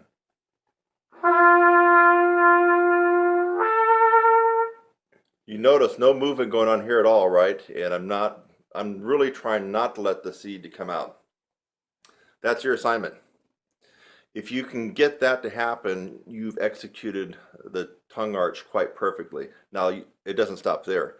The tongue has to be developed, and you have to be able to hold the tongue arch under a lot of undue pressure when you're above high C. That pressure will flatten down your tongue, and your range will drop. Not because you don't have chops, because you're not maintaining the tongue arch. So the tongue arch, you got to get it, but then you have to develop it to withstand the pressure that will be inside your oral cavity when you're really playing in upper register and beyond. Your tongue arch drops just a micromillimeter and you've lost 2 notes on your range, just like that. That's how easy it is. So let's try it on a different note. Low C.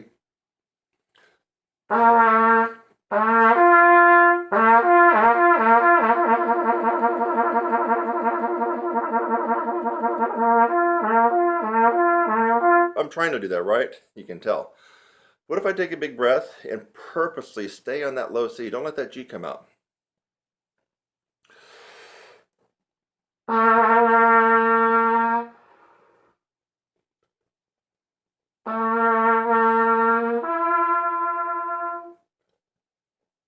Take a bigger breath this time. The first one came out air because I didn't have any air left.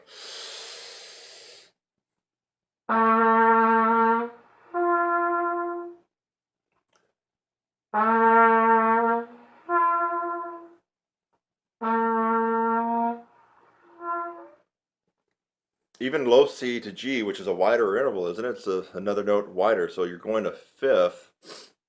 Now, a lot more air is coming out on low C than it is on G because you have the placement of your jaw and your tongue even lower. But still, you could hear that something was happening. In fact, the air started to cut off. And on that first one, did you hear that? It was almost no air. I mean, it was just air coming out. But the low C would not come out. So don't think that was a mistake. The low C would not come out anymore. Let me just see if I can go for the air again because that was pretty important. I'm raising the tongue up to the point where the low C will not vibrate anymore.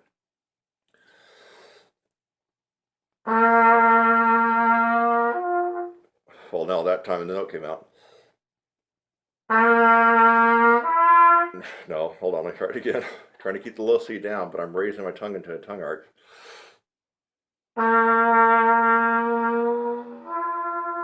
No, it's not going to do it this time. I guess it was kind of a fluke, but still, that was important to realize I'm trying to play the low C, which even beginners can get. So you know something was going on inside here. I mean, if I can't play the low C, something really is bad, and something bad's going to happen. Maybe the end of the world tonight. I can't play a low C, and if you can't play a low C, it's probably the same thing. Now, if I'm playing a low C and I do something inside my mouth that causes the low C not to come out, you know I'm doing something. You know something is going on. You just have to know that.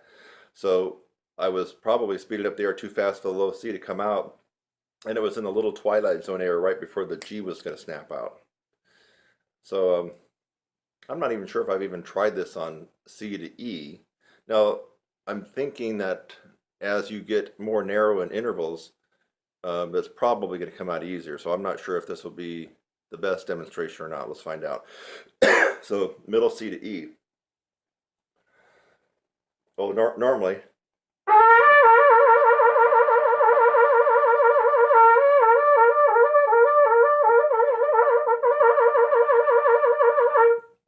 Now, I'm going to try to keep it at middle C and not let the E come out.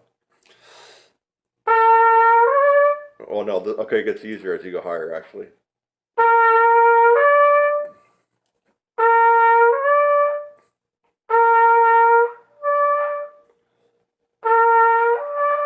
Yeah, okay, so that's why I was experiencing that error at the low C to G. So this demonstration is actually perfect for you at G to C. And if you do have a range up to about an A to a high C, you might want to try it from middle C to E because it's actually easier. But it might be so easy that you don't really get the feeling of it. So you've heard me do 3 different ones.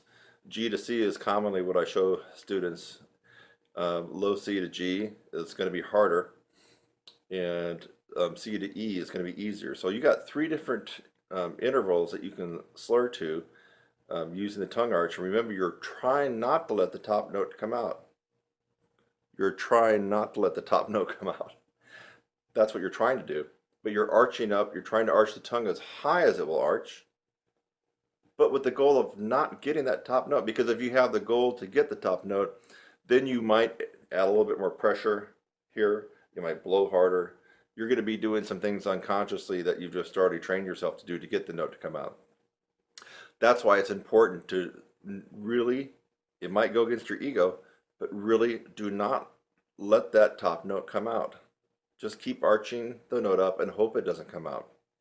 And when the top note does come out, if it does for you, then you know that you've got the tongue arch decently perfected, but just not strengthened. I mean, the tongue arch, you either get it or you don't, right? There's not really a gray area. You got to perfect it, you can do it, or you don't have it at all. There's not really a middle ground. You either got it or you don't. After that point, it's about developing your tongue and the tongue arch to really be refined and just amazingly versatile when you're playing. That's where I come in. Have you ever heard that I got a website called TrumpetSizzler.com, and then I teach a lot of people, especially a lot of advanced and professional players that want to get better with endurance and range? Well, if you haven't heard about it, you're just hearing it now. I actually do that. That's kind of actually what I'm good at. And I do I'm good at some other things too, but I kind of have this natural knack for helping people out with that. So if you'd like to learn more, you can definitely look at more videos here. And if you're watching this, why not go ahead and subscribe? You can support me. You're going to get an instant email when I put up new videos like this. And I don't know, I think that you're going to learn something and become a better player. But if you really want to take the horse by the reins and run with it, you got to do something, and that's called going through the process, which I alluded to earlier in the video.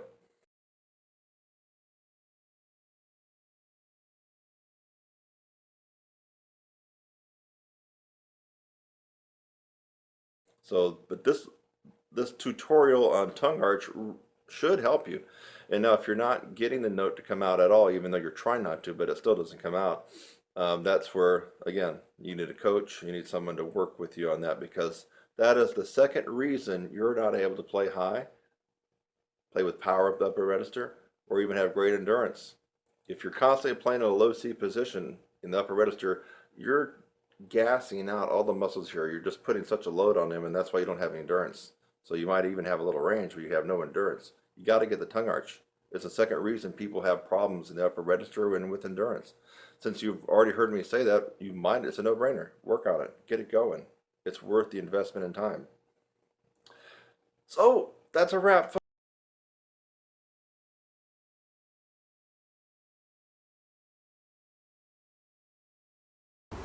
Hey guys and gals, I've been using a cool little tip, shortcut.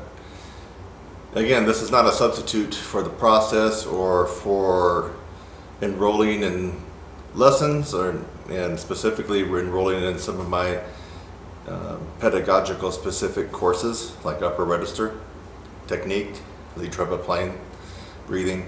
But I have found that this is a very potent and quick results producing technique.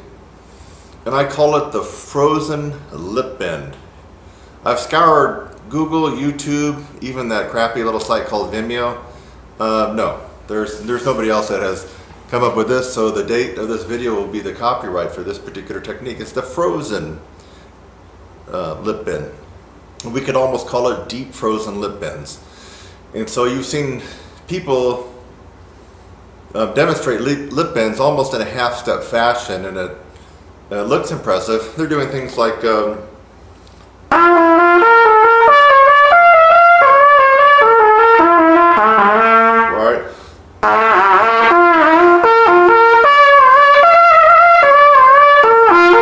Well, that wasn't a lip bend.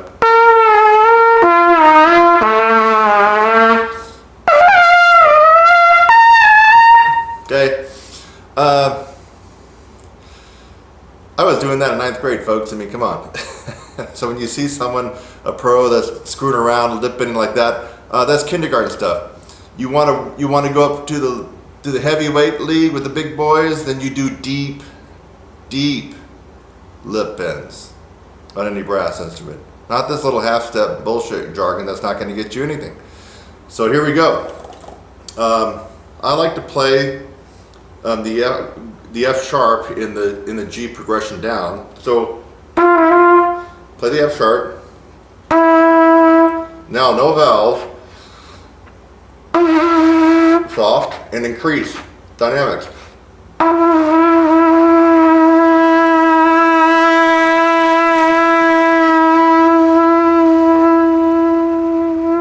Control, baby, back it off. Okay, now that is the half-step lip bend that you hear all the time, except that was a frozen lip bend, not quite deep, but now it's going to get deeper. Now let's go to something that you don't hear anybody doing unless you've watched another of my tutorials on lip bending. We're going to go down to F natural, which is going to be the whole step below G.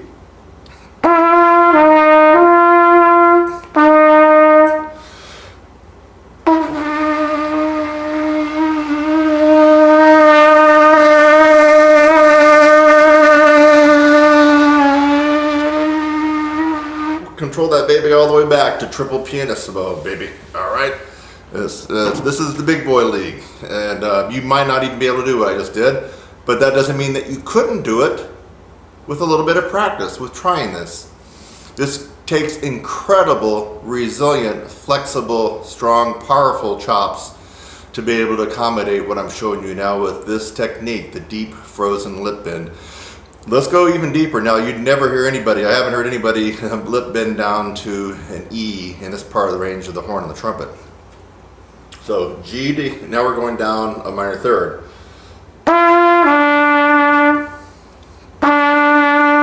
Lift the belt up.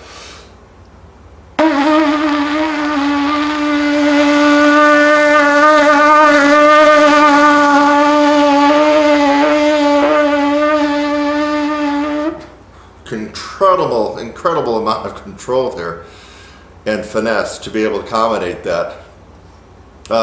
You have a favorite celebrity trumpet player, and if you're friends with them, ask them to do what I'm doing. The odds are very considerable and stacked against them that they won't be able to do that. So now we're going to get into the extreme minority of all professional. Actually, this is not even professional. This is way above professional level playing. And you have to have worked considerably on the physical aspects of brass playing to be able to accommodate this, to go down a major third and control it. So G down to E flat.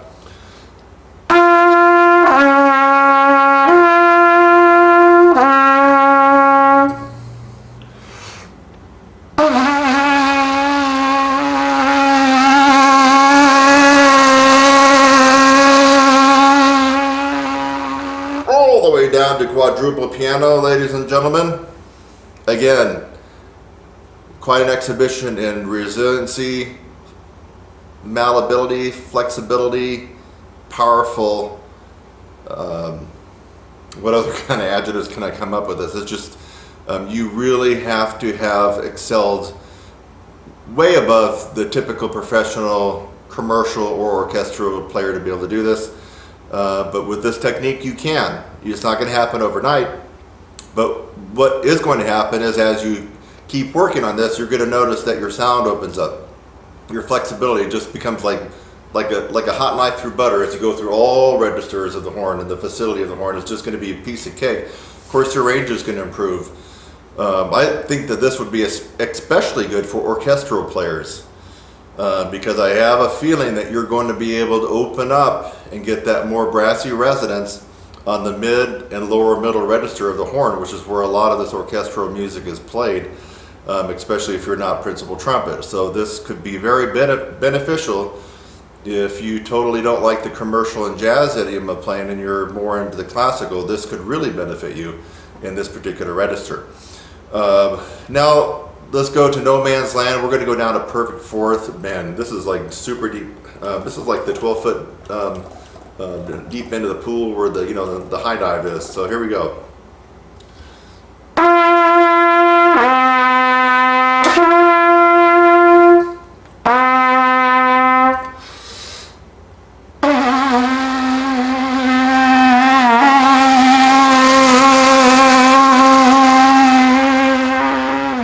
Very difficult. In fact, you even heard me falter a little bit. I'm not perfect.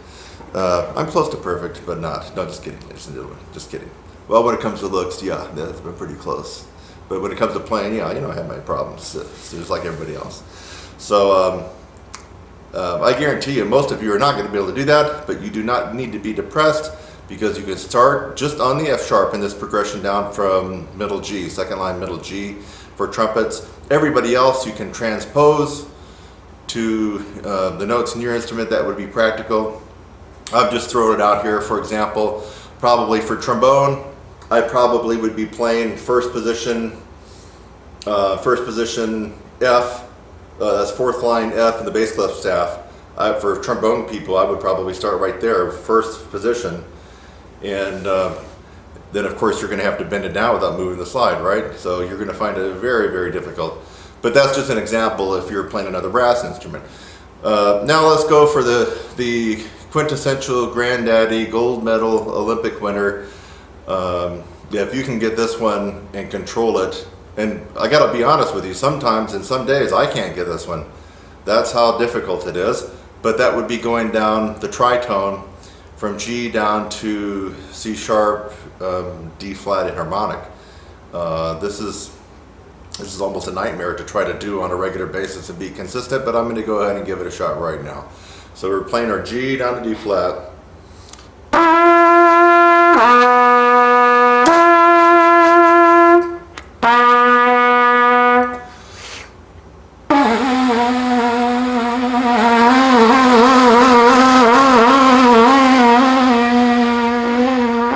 Oh, almost didn't get it. Folks, that was rough and tough and tumble. If you can do that and control it, you just certainly have to have chops. I would almost bet without hearing you playing anything else that you probably have a good core to your sound, amazing dynamics in all registers, and just great facility all over the horn, whatever brass instrument it is.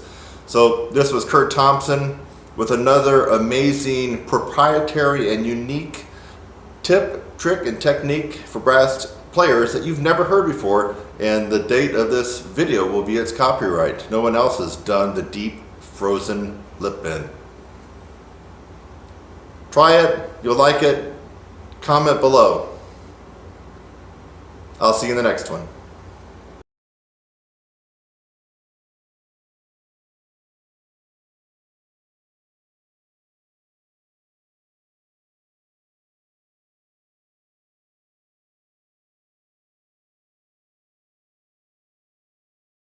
I've been kind of messing around doing the palming Dr. Charles Cullen lip slurs and lip trills, and I've been finding it quite tough. I mean, you can't use any mouthpiece pressure, so I'll just give you an example. You do the horn here, it's palmed. So you make your hand. Now, French horn players, you'll probably have to do this Trombone players, maybe also. Baritone players, I'm not exactly sure how you would do that unless you could put your, like, you know how a tuba will put their tuba in a big tuba stand. And if you put the tuba in the stand and you just went up to it with the mouthpiece like that, that would be almost the equivalent. So if you could put your euphonium or baritone in some kind of a stand, then you could probably get the technique we're after here. So you make your hand like a shelf, and I was just kind of messing around doing some lip trill, just seeing where I was at. As you've heard in other past tutorials, I've been able to, lip trill pretty decently up to triple G's, but that was using a tremendous amount of mouthpiece pressure at the very end, so that was pretty tough for me. But here I am. Let me just do it this way so you can see.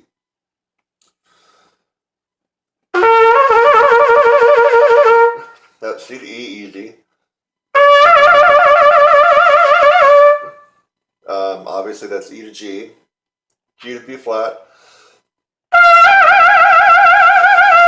B flat to C,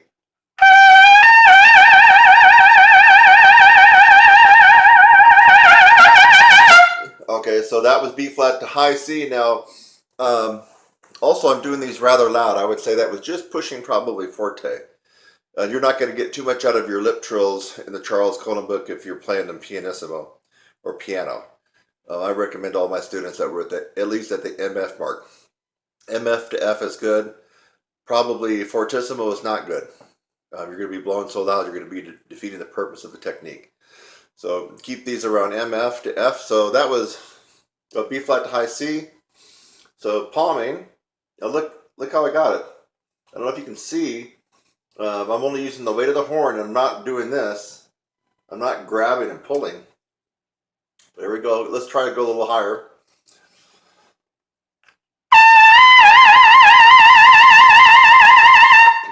That was C to D. D to E. So this will probably come out flat.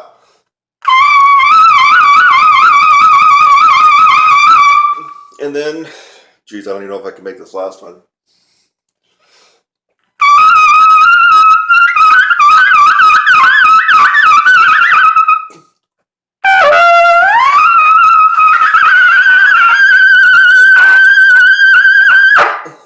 I can't get the G to lock in, but I will get it.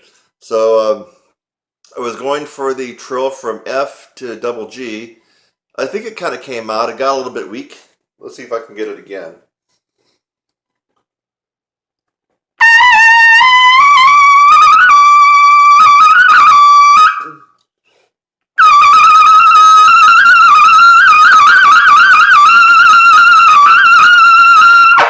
Whew, barely. So I ended up on a double G. Now, folks, I'm probably making that look too easy, so I want you to try it. And why would I say I'm making it look too easy? Well, one of the techniques in my course does kind of focus on the Roy Stevens, William Costello, no pressure system palming. Now, we're not doing it exactly as Roy would have had his students do, because I'm not doing the whole gap in the teeth thing and the forward jaw and the upstream type of embouchure that is the Stevens embouchure. So we're not really doing that, but we're actually doing the physical exercise to kind of strengthen up our chops. So the reason I mentioned that might have looked too easy is because when people come into my course, a lot of people have trouble just doing this.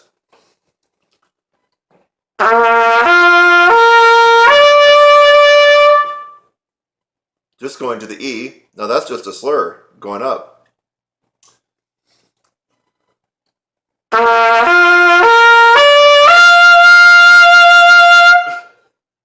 I would say more than half the people getting in my course cannot do what I just did there. That was simply going up to a high G. Low C, G, C, E, G.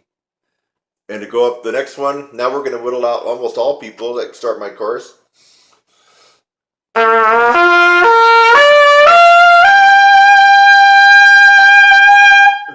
That's the B flat. I might, if I had 10 people start my course over the last quarter, maybe 2 would be able to do what I just did there.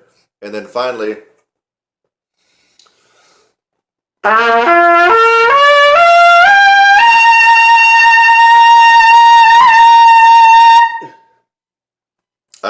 10 people start my course over the live course now, the one that they're seeing me every week live, either via Skype or on the phone.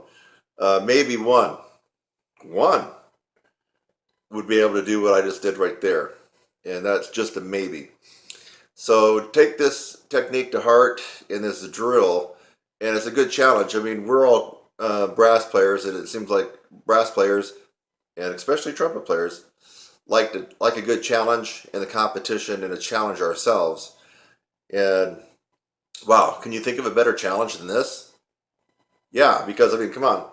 If I got on normally,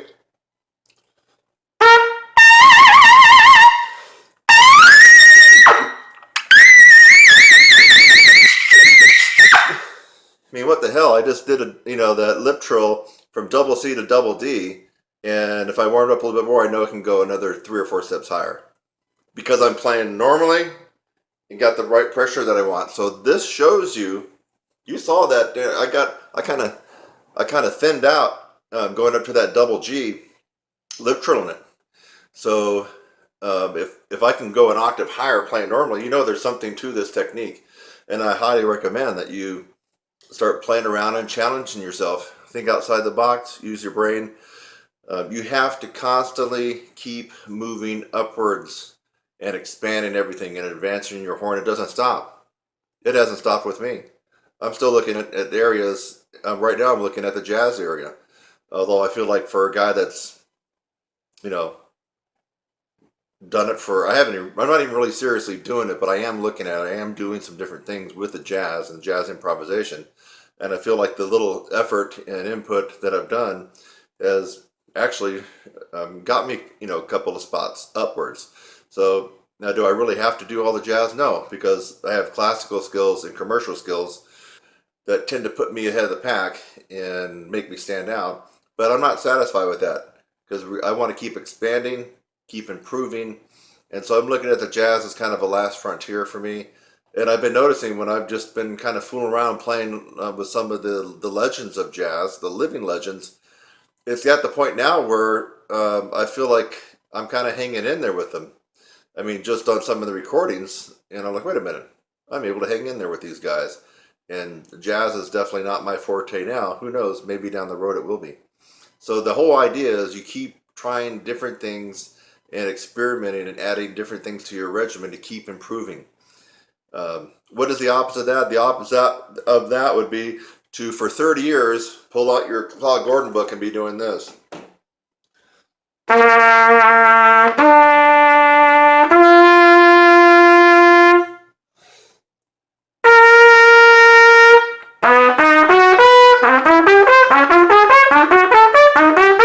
and on and up. I mean, if you're doing that for 30 years and you're doing nothing else, I can guarantee you just aren't that far along, my friend.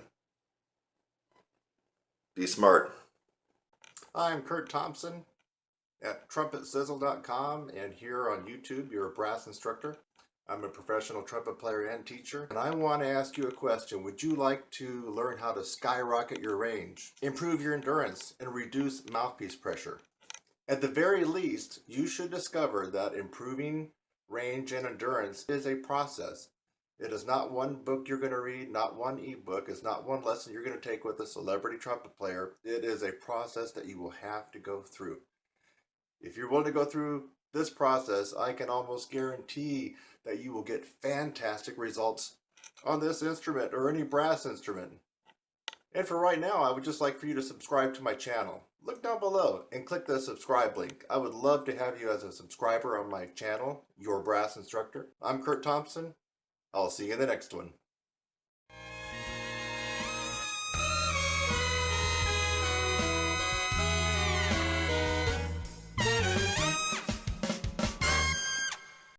Hey, this tutorial deals with Roland, something that is confusing a lot of people out there. So let's just be clear what this is. In fact, here's an exercise that you can practice. Doesn't really matter if you play tuba or French horn or trumpet or trombone. You want to be able to make your lips disappear. Okay.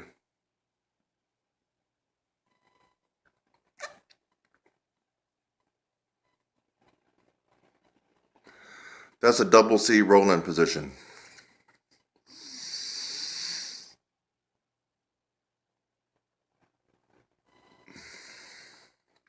I did a tutorial going over this, but I'm just doing it again. Practice. This is a technique. Just practice rolling your lips in.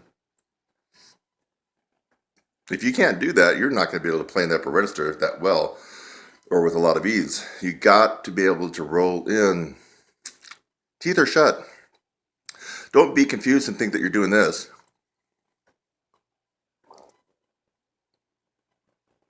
That the lip is over the teeth. And here too. No, we're right here.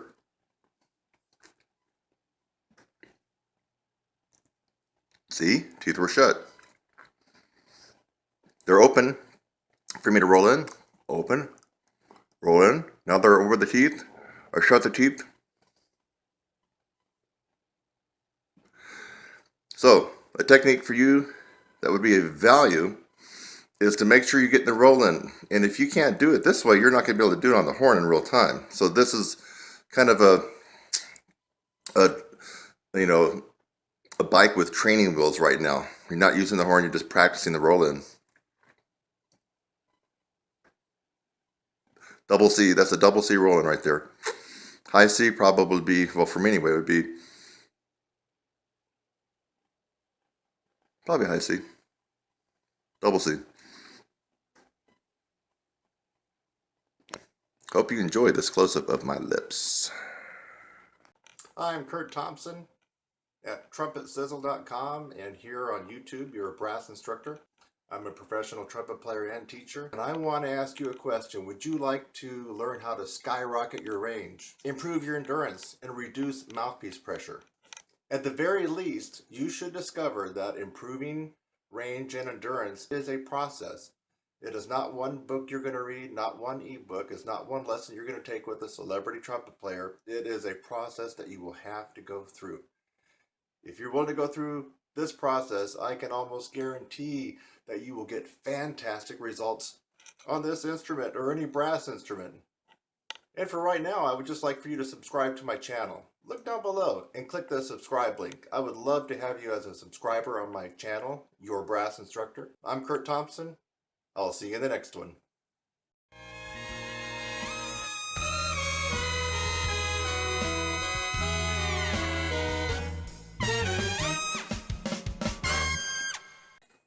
Hey, one of my students, Tom Granoff, told me about a master class that he went to quite a long time ago where Bobby Shue came in, talked about his breathing techniques like the wedge breath and all that, and then picked up the trumpet by a second valve and played a few high notes that were pretty meaty. And so I thought I would try to see if I can demonstrate the Bobby Shue. I would just call this probably the Bobby Shue no pressure high note test. So you can do this after you watch this. You can try it right out if you're in a practice room. So what I was told by Tom is that I guess Bobby just grabbed the middle valve like that and proceeded to play a couple. My valve's starting to unwind. Proceeded to play a couple of notes. So I'm going to try it here. Just a couple of notes.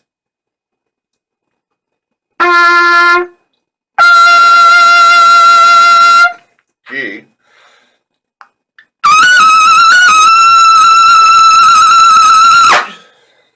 So that was a pretty loud double G just by doing the Bobby Shue method of holding on to the middle valve. Even though I was trying to pull in, you really can't pull in too much, folks, as opposed to when you got, both arms grabbing and pulling in. So you got just your fingers holding on to this. Part of it's holding the weight of the horn from dropping.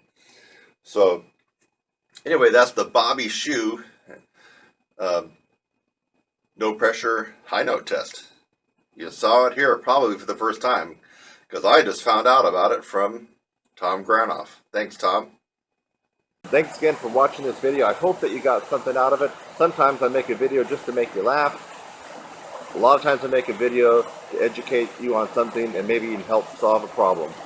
So I hope something like that occurred for you in this video. And while you're at it, again, subscribe, click on my website link, and go on to the next video. It's lovely out here. Have a great day.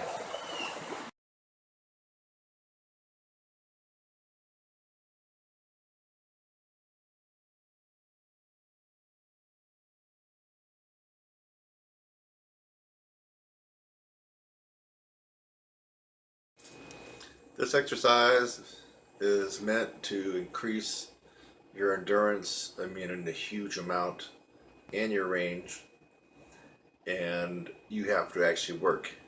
And that's one thing a lot of you are not willing to do. So what you're going to see is me doing the Cat Anderson whisper quiet middle C for 5 minutes. Trust me. You do that for 30 days in a row and you're going to notice something big time happens to your endurance, and you'll probably get a half step pop in your range. That's not a bad trade-off for doing your 5 minutes of practice a day. So let's see if we can put this. Hold on, I got to fix the phone here first. Yeah, so I have this set at 5 minutes. I was just trying to adjust the screen so it won't go off. And this was set at like 30 seconds just to go to sleep. So let's do it for 5 minutes. In fact, once you know what I'm doing, why don't you get out your horn and go right along with me, and let's kick some butt together. Okay? So let's start the countdown. By the way, if this note sounds pretty on your horn, you are doing it the wrong way, my friend. Listen to how I do it. This note does not lock in, and the closing your teeth stuff is optional in my opinion. I'm going to just do it normally without my teeth shut. But it's going to be at the threshold of where the tone quits. The tone should be kind of bad on this one. The pitch should waver around because you're never locking it in. You're playing at about 4 Ps. Here we go. 5 minutes.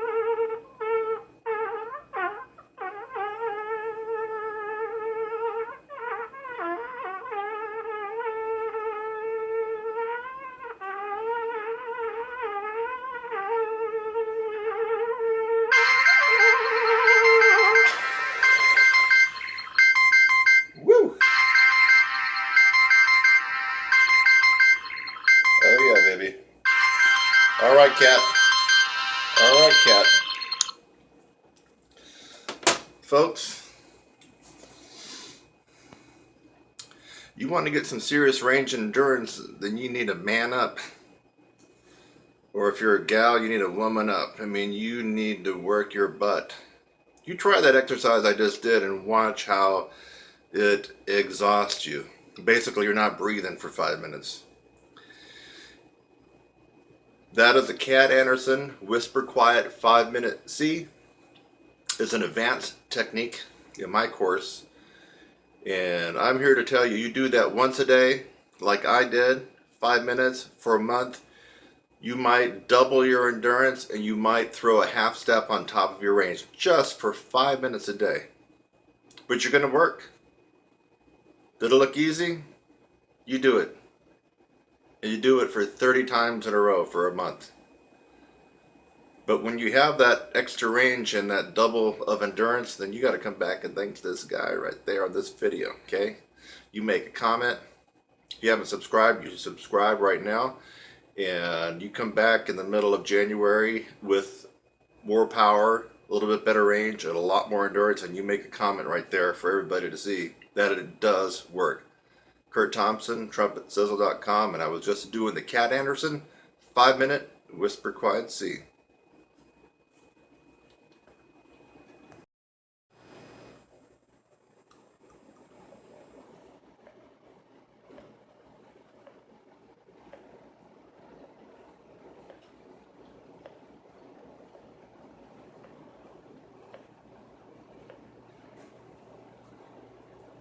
Say hello to my little friend.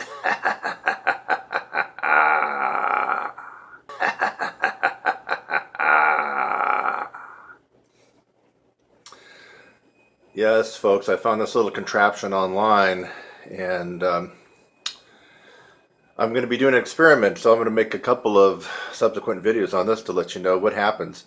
I'm actually doing this just to increase my power and volume. I don't know if you figured this out. I don't really need to increase my range, and I definitely don't need to increase my endurance. But power, I'm all for being the most dominant, powerful brass player anytime, any place, anywhere, baby. And let's just see what this does.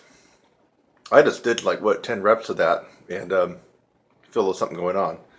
Now, this is an isometric activity, kind of, because you actually have a device. So, I mean, you're actually doing, an exercise where isometric means you're kind of like tensing muscles against themselves. Kind of like if you just kind of grip your fist and go like that, that's kind of isometrical. Where if you had something that you were squeezing, that would be just more of a regular type of calisthenic exercise. So, for those of you who follow my stuff, I think you might get a kick out of what happens.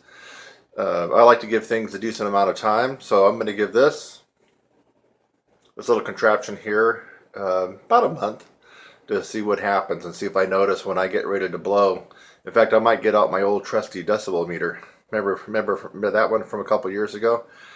And the threshold of pain, if you remember watching that one and the new one I just put out, the threshold of pain for your ears is 130 decibels. Now, if you watched that one from a couple years ago, which I just recently kind of edited, I got my double A up to 126.5. Folks, now that's trained whistleblowing loud. And then I included a couple examples where, I buried the band with that note. What I would like to see is if this guy can get me up to that 130 mark on my double A. Yes, that would be cool. That means anybody that I don't like would experience the threshold of pain at 130 decibels on my double A. Yes, it will become a legitimate weapon of vengeance. And you too can be able to exact revenge on people that rub you the wrong freaking way. So, for those of you who play trumpet, watch my progress on this little contraption. And by the way, I'm thinking that even if you don't play trumpet, guys, this could be a wonderful Christmas gift for your girlfriend or wife. You know what I'm talking about, baby?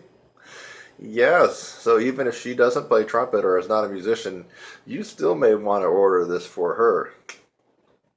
Get my drift? Let's exit with a little bit more exercise here. Ready?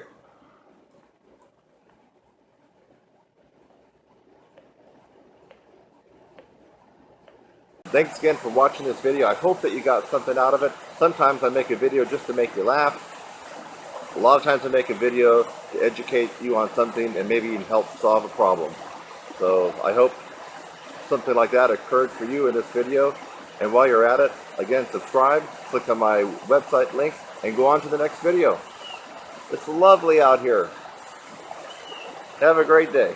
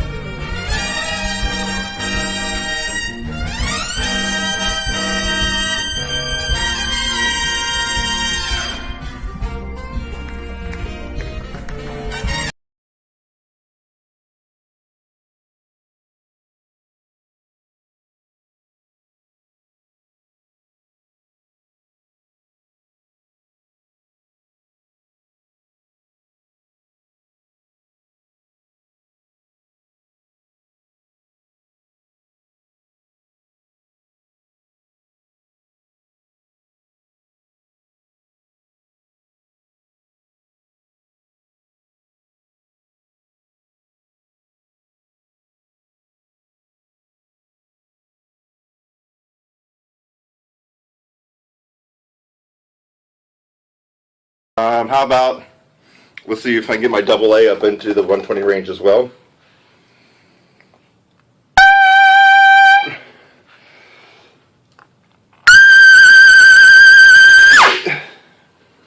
I'm proud of that. That's almost 130. I think I got up to 127 range. It's a wonderful little tool. You ought to get one of these decimal meters and you can kind of critique yourself on how much power you really have. Okay, here we go. Double C.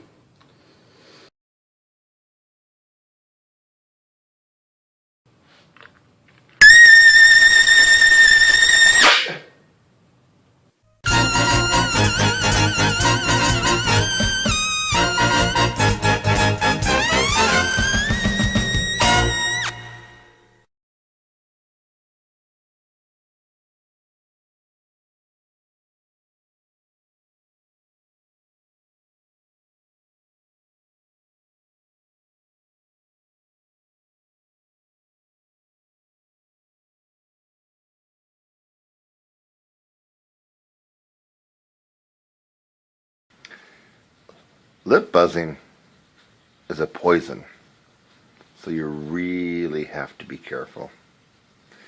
This is a lip buzzing tutorial, lip buzzing 101. And I'm going to get some close-up shots here of my chops while we lip buzz. Lip buzzing can really cause you a lot of consternation. It could set you back. It could destroy your chops. It can make you have the inability to even get a tone out on your brass instrument. This tutorial is for all brass instruments. A lot of people think it's only for trumpet, because that's my main instrument, but it's trumpet, trombone, French horn, baritone, tuba, euphonium. If you buzz a metal mouthpiece into an instrument, this tutorial is for you. First of all, lip buzzing is a poison, and that's why some people have tried it and then issue it because it really screwed them up. You know, some people take nitroglycerin for heart problems. Think about it, folks. Nitroglycerin explodes. That's that little liquid that if you have a certain amount of it, you throw it, it will really explode like dynamite. So nitroglycerin is a poison, but yet people take it for their heart problems. Zoloft and Lexapro and a bunch of other drugs are good for people that have depression and bipolar disorders. You take too much of it, you're really going to be screwed badly. Anything you can think of that can help you in small doses could also kill you. Let me think of one other thing. Well, let's just pick Vicodin. You know, Vicodin, the painkiller. You know, you take a little bit of it, it makes you high, gets rid of the pain. If you take too much of that, man, it will definitely kill you. So poisons can really be beneficial, and they can also kill you. And lip buzzing is a poison. It's not like doing lip slurs, and it's not like doing other stuff. I mean, you can do lip slurs all day long if you wanted to. It's not going to kill you. If you lip buzzed all day long, you won't be playing for the next week or two. I can guarantee that. So lip buzzing is a poison, but it's a necessary evil to incorporate because it does focus on one thing. Here. Lip strength. A lot of people confuse all this as embouchure. Not true. You really need to investigate this for yourself, but if you happen to see a cadaver and you peel back the skin, and I know it's kind of gross, the tissue fiber here in your lips is different than the embouchure, the feather-like muscles that surround your lips, the corners that we all work on real hard, right? The corners, all these muscles here that are real tight. Well, the lip flesh and tissue is different. And so you can actually work on strengthening the lips. And the reason that you want to do that is because the lip muscle in the aperture is the final stage of compression. You have your diaphragm. That's number one. You have the tongue arch and the bottleneck that happens with the tongue arch and the squeeze, number two. And then you have the aperture, which is the third and final stage of compression.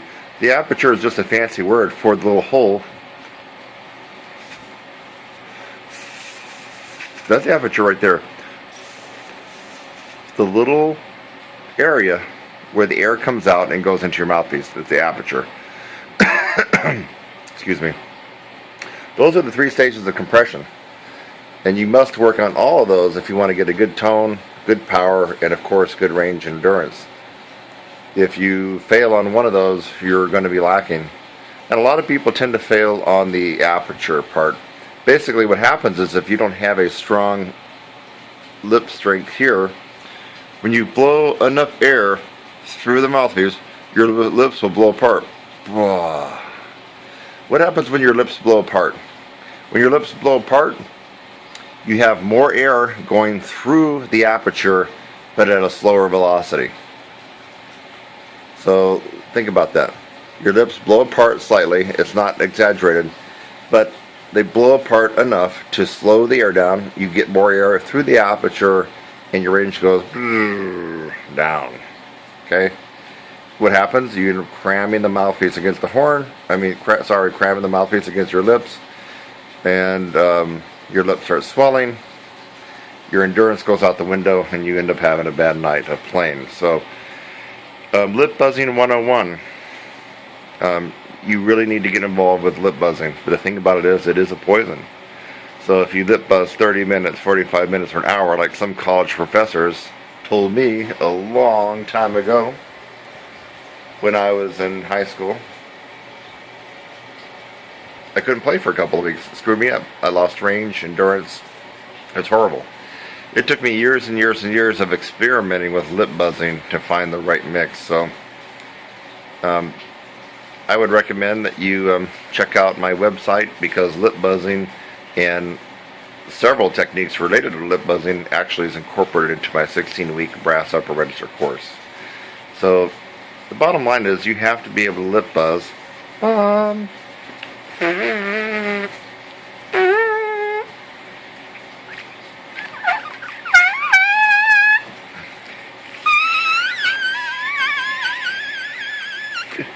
Almost a double C there.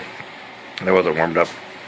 You have to have the strength in your lips to buzz without the horn to really magnify your range and endurance and really increase the compression that happens in your aperture. So this is Lip Buzzing 101 tutorial, just basically telling you why and the hows, and hopefully that you'll pursue it further. But last word, and I've said it several times, and I know it's repetitive, it is a poison. So you go beyond a certain time limit with your lip buzzing or buzz too loud, and you will make things really, really bad for yourself. Maybe the inability to play for a few days or a couple of weeks, so be careful. If you want to know more about lip buzzing and how to incorporate it in your practice and the different various techniques that you can employ in your practice to help that last stage of compression, then go ahead and click on the link you see below. You have to click on the description and open it up, and you'll see my link there. Go there and you can email me, or simply email me at kurt@trumpetsizzle.com. KURT@trumpetsizzle.com. So I hope this video tutorial made a little sense to you. If you don't employ lip buzzing at all, I'm convinced you will never gain and master the range on any brass instrument. That I can guarantee. You must master the lip buzzing. I will see you later, my friend. Bye-bye. Why do you really need to have more range than what you see on the page in your rehearsal and your ensembles? Well, I'm going to show you why. I'm going to show you why that the notes and the highest notes that you have in your ensembles is not where your range needs to be. Your range really needs to be a lot higher than what you have to play in your music. And the reason is you need to have a cushion of 3 to 4 notes of range above and beyond what you are required to play in your ensembles, from orchestral to concertos to lead trumpet to rock, and I'm about ready to demonstrate a couple of those right now. Having more range simply allows you to play a wide variety of music without killing yourself. And here's a really awesome piece that I love. I've played before and I plan on playing it again. Concerto in La Bemol, or otherwise known as Vivaldi Concerto in A flat for piccolo trumpet.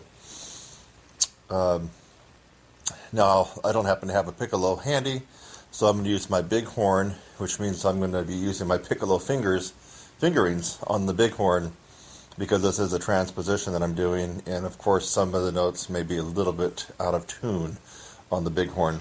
But I'm just going to go down to one note before, let's see, where are we? Maybe near the very end.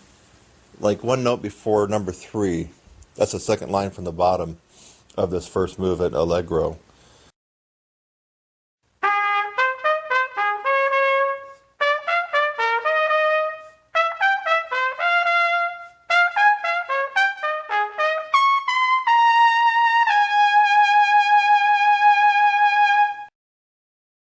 And that was a live recording of me now. No dubbing, no punching out, no punching in, no nothing. And that just gives you an example. I did that on my big B-flat trumpet. So, classical music requires chops, requires range. And if your range is an E-flat on trumpet or a concert D-flat, and that's it, you won't be able to play this particular piece because you'll be killing yourself with the pressure. So that's why we have to have more range than what we really need when we're looking at a piece of music. To play this piece and make it sound good and easy, and with a gorgeous tone, you can't have just a concert D flat range. You really need a concert G flat or concert G, really, to have that big cushion from what you have to play on the page to what you have in your practice room on your face. So that was Antonio Vivaldi Concerto in A flat for piccolo trumpet.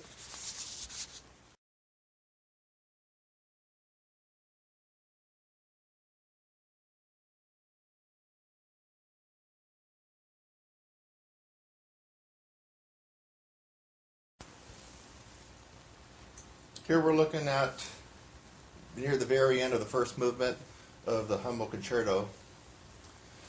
And actually, if you play the Humble Concerto on an E-flat trumpet, it's a million times easier, but you will see a lot of people play it on their bighorn. In fact, I'm going to do a little bit right now. Some of the stuff that I'm going to be playing goes up to a high C on the B-flat trumpet or concert B-flat. If your range is only a high C or high D, you're going to have a lot of trouble with this piece. And any piece that has high C range, you have no cushion. You're going to be playing on the skin of your teeth. You're going to be using too much mouthpiece pressure. You're probably out of tune. You'll probably miss a lot of notes. You won't have any endurance. It's not going to be fun. That's another reason why you have to have a lot more range than what's called for in a particular piece. I'm starting at, it looks like measure 273. It's the second line down, right near the end of this first movement.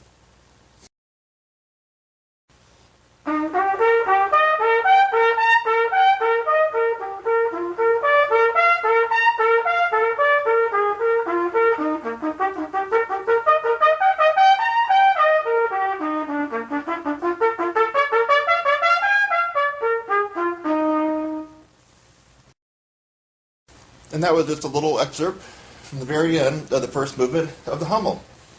Went up to high C on my B-flat trumpet. Lord knows if I had a high C or a high D range on trumpet, I would be in seriously big-time trouble trying to play this, and especially in a live performance. You have to have more range. On a piece like this, you definitely would like to have an F on trumpet.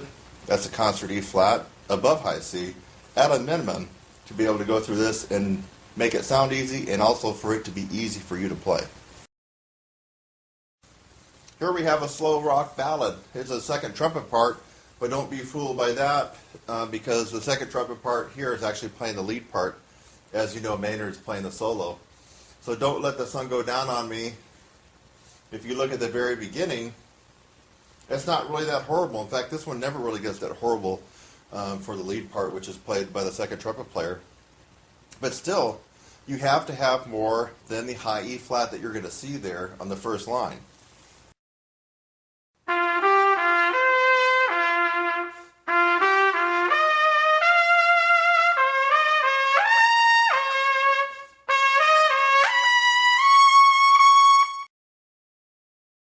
That was the first line and a note. For the second trumpet part on Don't Let the Sun Go Down on Me, and it went up to an E flat. If you can play an E flat in your practice, or an E, or even an F, you're going to really have a lot of trouble with that line, because you need to have at least a double A flat, so you can be nailing this without killing yourself and playing on the skin of your teeth. Another example why you need to have more range than what you think.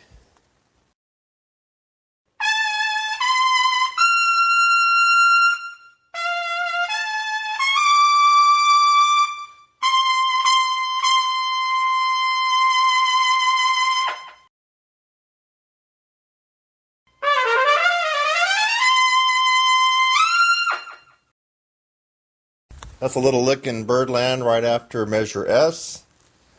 And then, of course, you got the beginning. Hey, we're looking at the first part of the first trumpet part for Spinning Wheel. And, you know, you have two measures of rest. This is a rock piece, obviously rock, funk, whatever you want to call it. And look at the first couple measures for the first trumpet part. You're going to be in it on a high C sharp. And lordy, if you just have a high C sharp or high D as your max range, you're going to have a lot of trouble playing some of these fun rock and pop charts. There's no question about it. We're not even talking about the super tough, top tier lead trumpet stuff. Um, um, Actually, this does get tough. The spinning wheel Maynard's version does get tough. But I'm just talking about this first line, for example. 3, 4.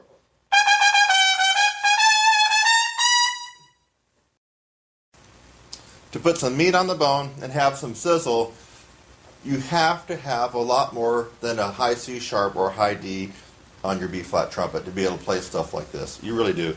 Otherwise, you're going to kill yourself. You're going to be out of tune. You're going to be wondering why you're using too much mouthpiece pressure. You're going to be having endurance problems. Another reason why you need to have more range than what you actually have to play when you're looking at a piece of music. So I just did that the first couple of measures there just to show that you do have to have more range than just what's on the page. Otherwise, you're going to run into problems. Demonstration and explanation why you really have to have more range than what you think. It's amazing how many students that get in my course and they'll tell me that they have a high D or a high E flat, and when I ask them, well, what typically do you have to play in your big band or your rock band or your orchestra or your community Broadway shows? And when they tell me high C's and D's, I just kind of cringe because that's tough, folks. To have a high D max range and you're playing up to high D in your ensembles, I mean, that's a recipe for disaster and pain and torture and bad endurance problems, everything. You got to get your range up. I hope that some of the examples I provided, even to you classical players, I provided an example of the Hummel and also the Vivaldi concerto. I mean, it really makes sense. You have to get your range way, way well above what you are required to play in your daily performance and rehearsals. I'm running some very good Black Friday specials that are going to conclude this evening. I'm going to try to get this up. If I don't get it up in time, I'll put a note below. Look below, and I've had a couple people request that I extend it until tomorrow on Monday. So depending on when I get this video up, if it doesn't come up until mid-evening, that doesn't give a lot of people time to react to this particular video. In which case, look down the notes, and I might extend it until tomorrow. But really, my programs, I'm cutting some of them almost in half just for this weekend, just to get you involved so you can see what all the buzz is about, why people are getting good results. So TrumpetSizzle.com, I'm Kurt Thompson, and look down in the description below this video. You're going to see some links where you can click on and start learning how to play first trumpet, lead trumpet in a rock band, swing band, jazz band, or if you just want to up your game for concertos and pick work. You got to take advantage of these programs now. They will resume at their normal offering price probably late tonight or late Monday night. You'll have to look down in the description to see what I decided to do. Bye-bye for now.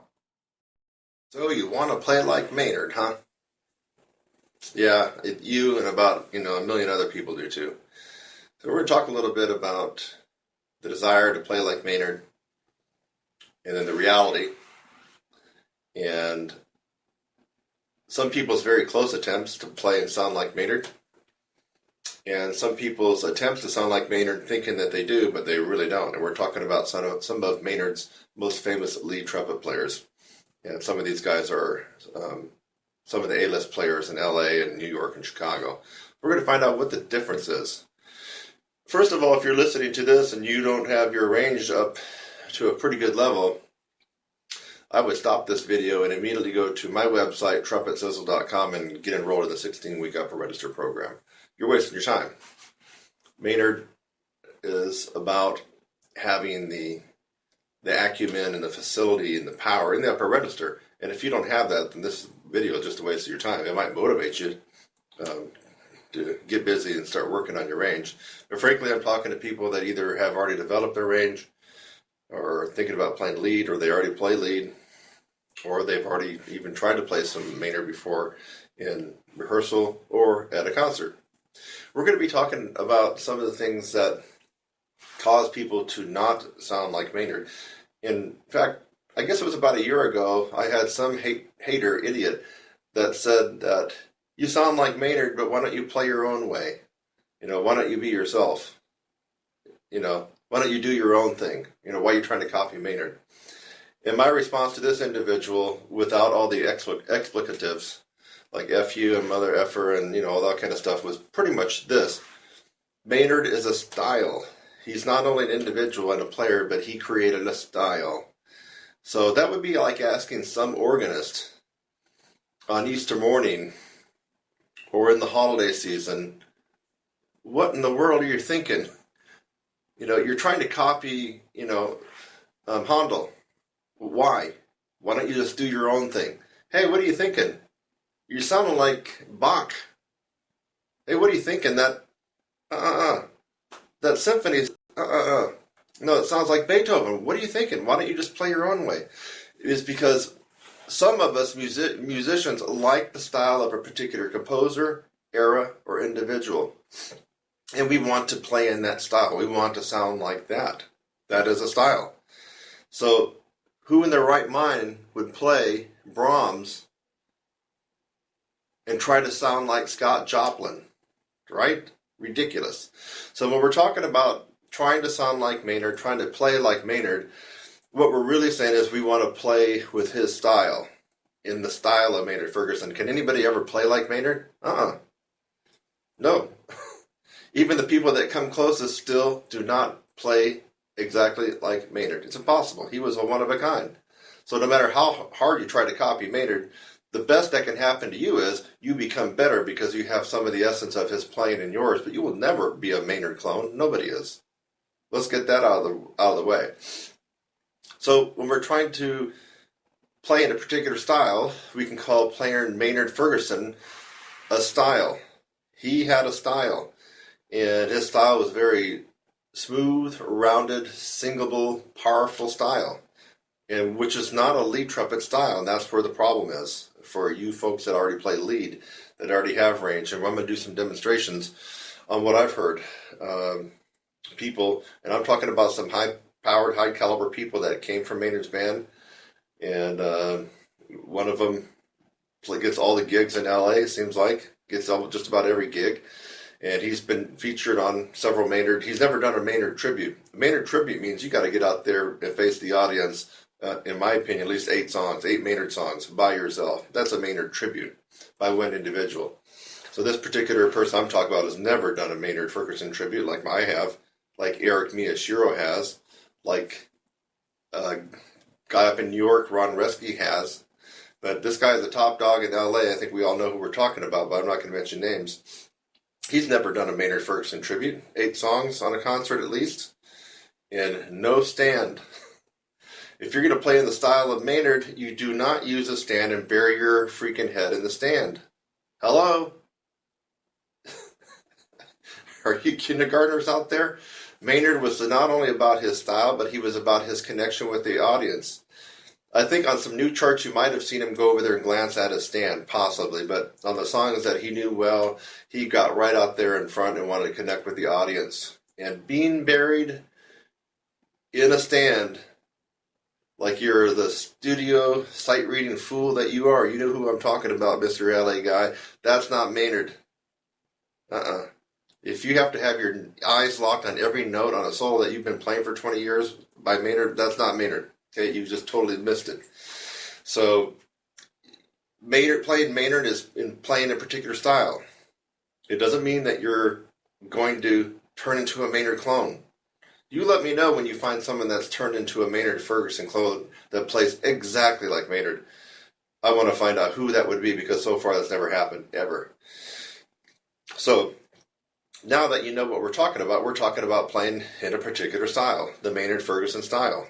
We want to play in that style because he set the bar for having this ridiculously melodic, lullaby, cantabile type of sound in the upper register that almost sounded like he was singing on a lot of the charts, right? Yeah. So I'm going to pick out a couple of songs that are well known, not some of his more obscure ones, but they're well known and people try to play. And I'm going to try to differentiate on how the style would be correct for Maynard, the Maynard style, and how it would be incorrect if you're playing it as a lead trumpet player. There's a difference. So let's try to find something. I have no music in front of me. Look around. I'm in a practice room. The only thing I have in front of my stand, I got some Clark, baby. So I don't have any Maynard music in front of me. It's going to have to come from my head. I got Herbert L. Clark there, but that's not going to help us out with a Maynard. So we can take what I consider one of his easier charts, and this is one that a lot of people can start working on if you haven't worked on Maynard Ferguson and the style, which would be My Funny Valentine. Now, we're not going to go through the easy ballad stuff in the beginning. We're trying to capture the part where people really screw up. Not necessarily screw up the notes as far as missing notes or accuracy, but screw up the style, and they end up sounding like a lead player. So nearing the end, it's kind of like the push. Let me see if I can get my bearings.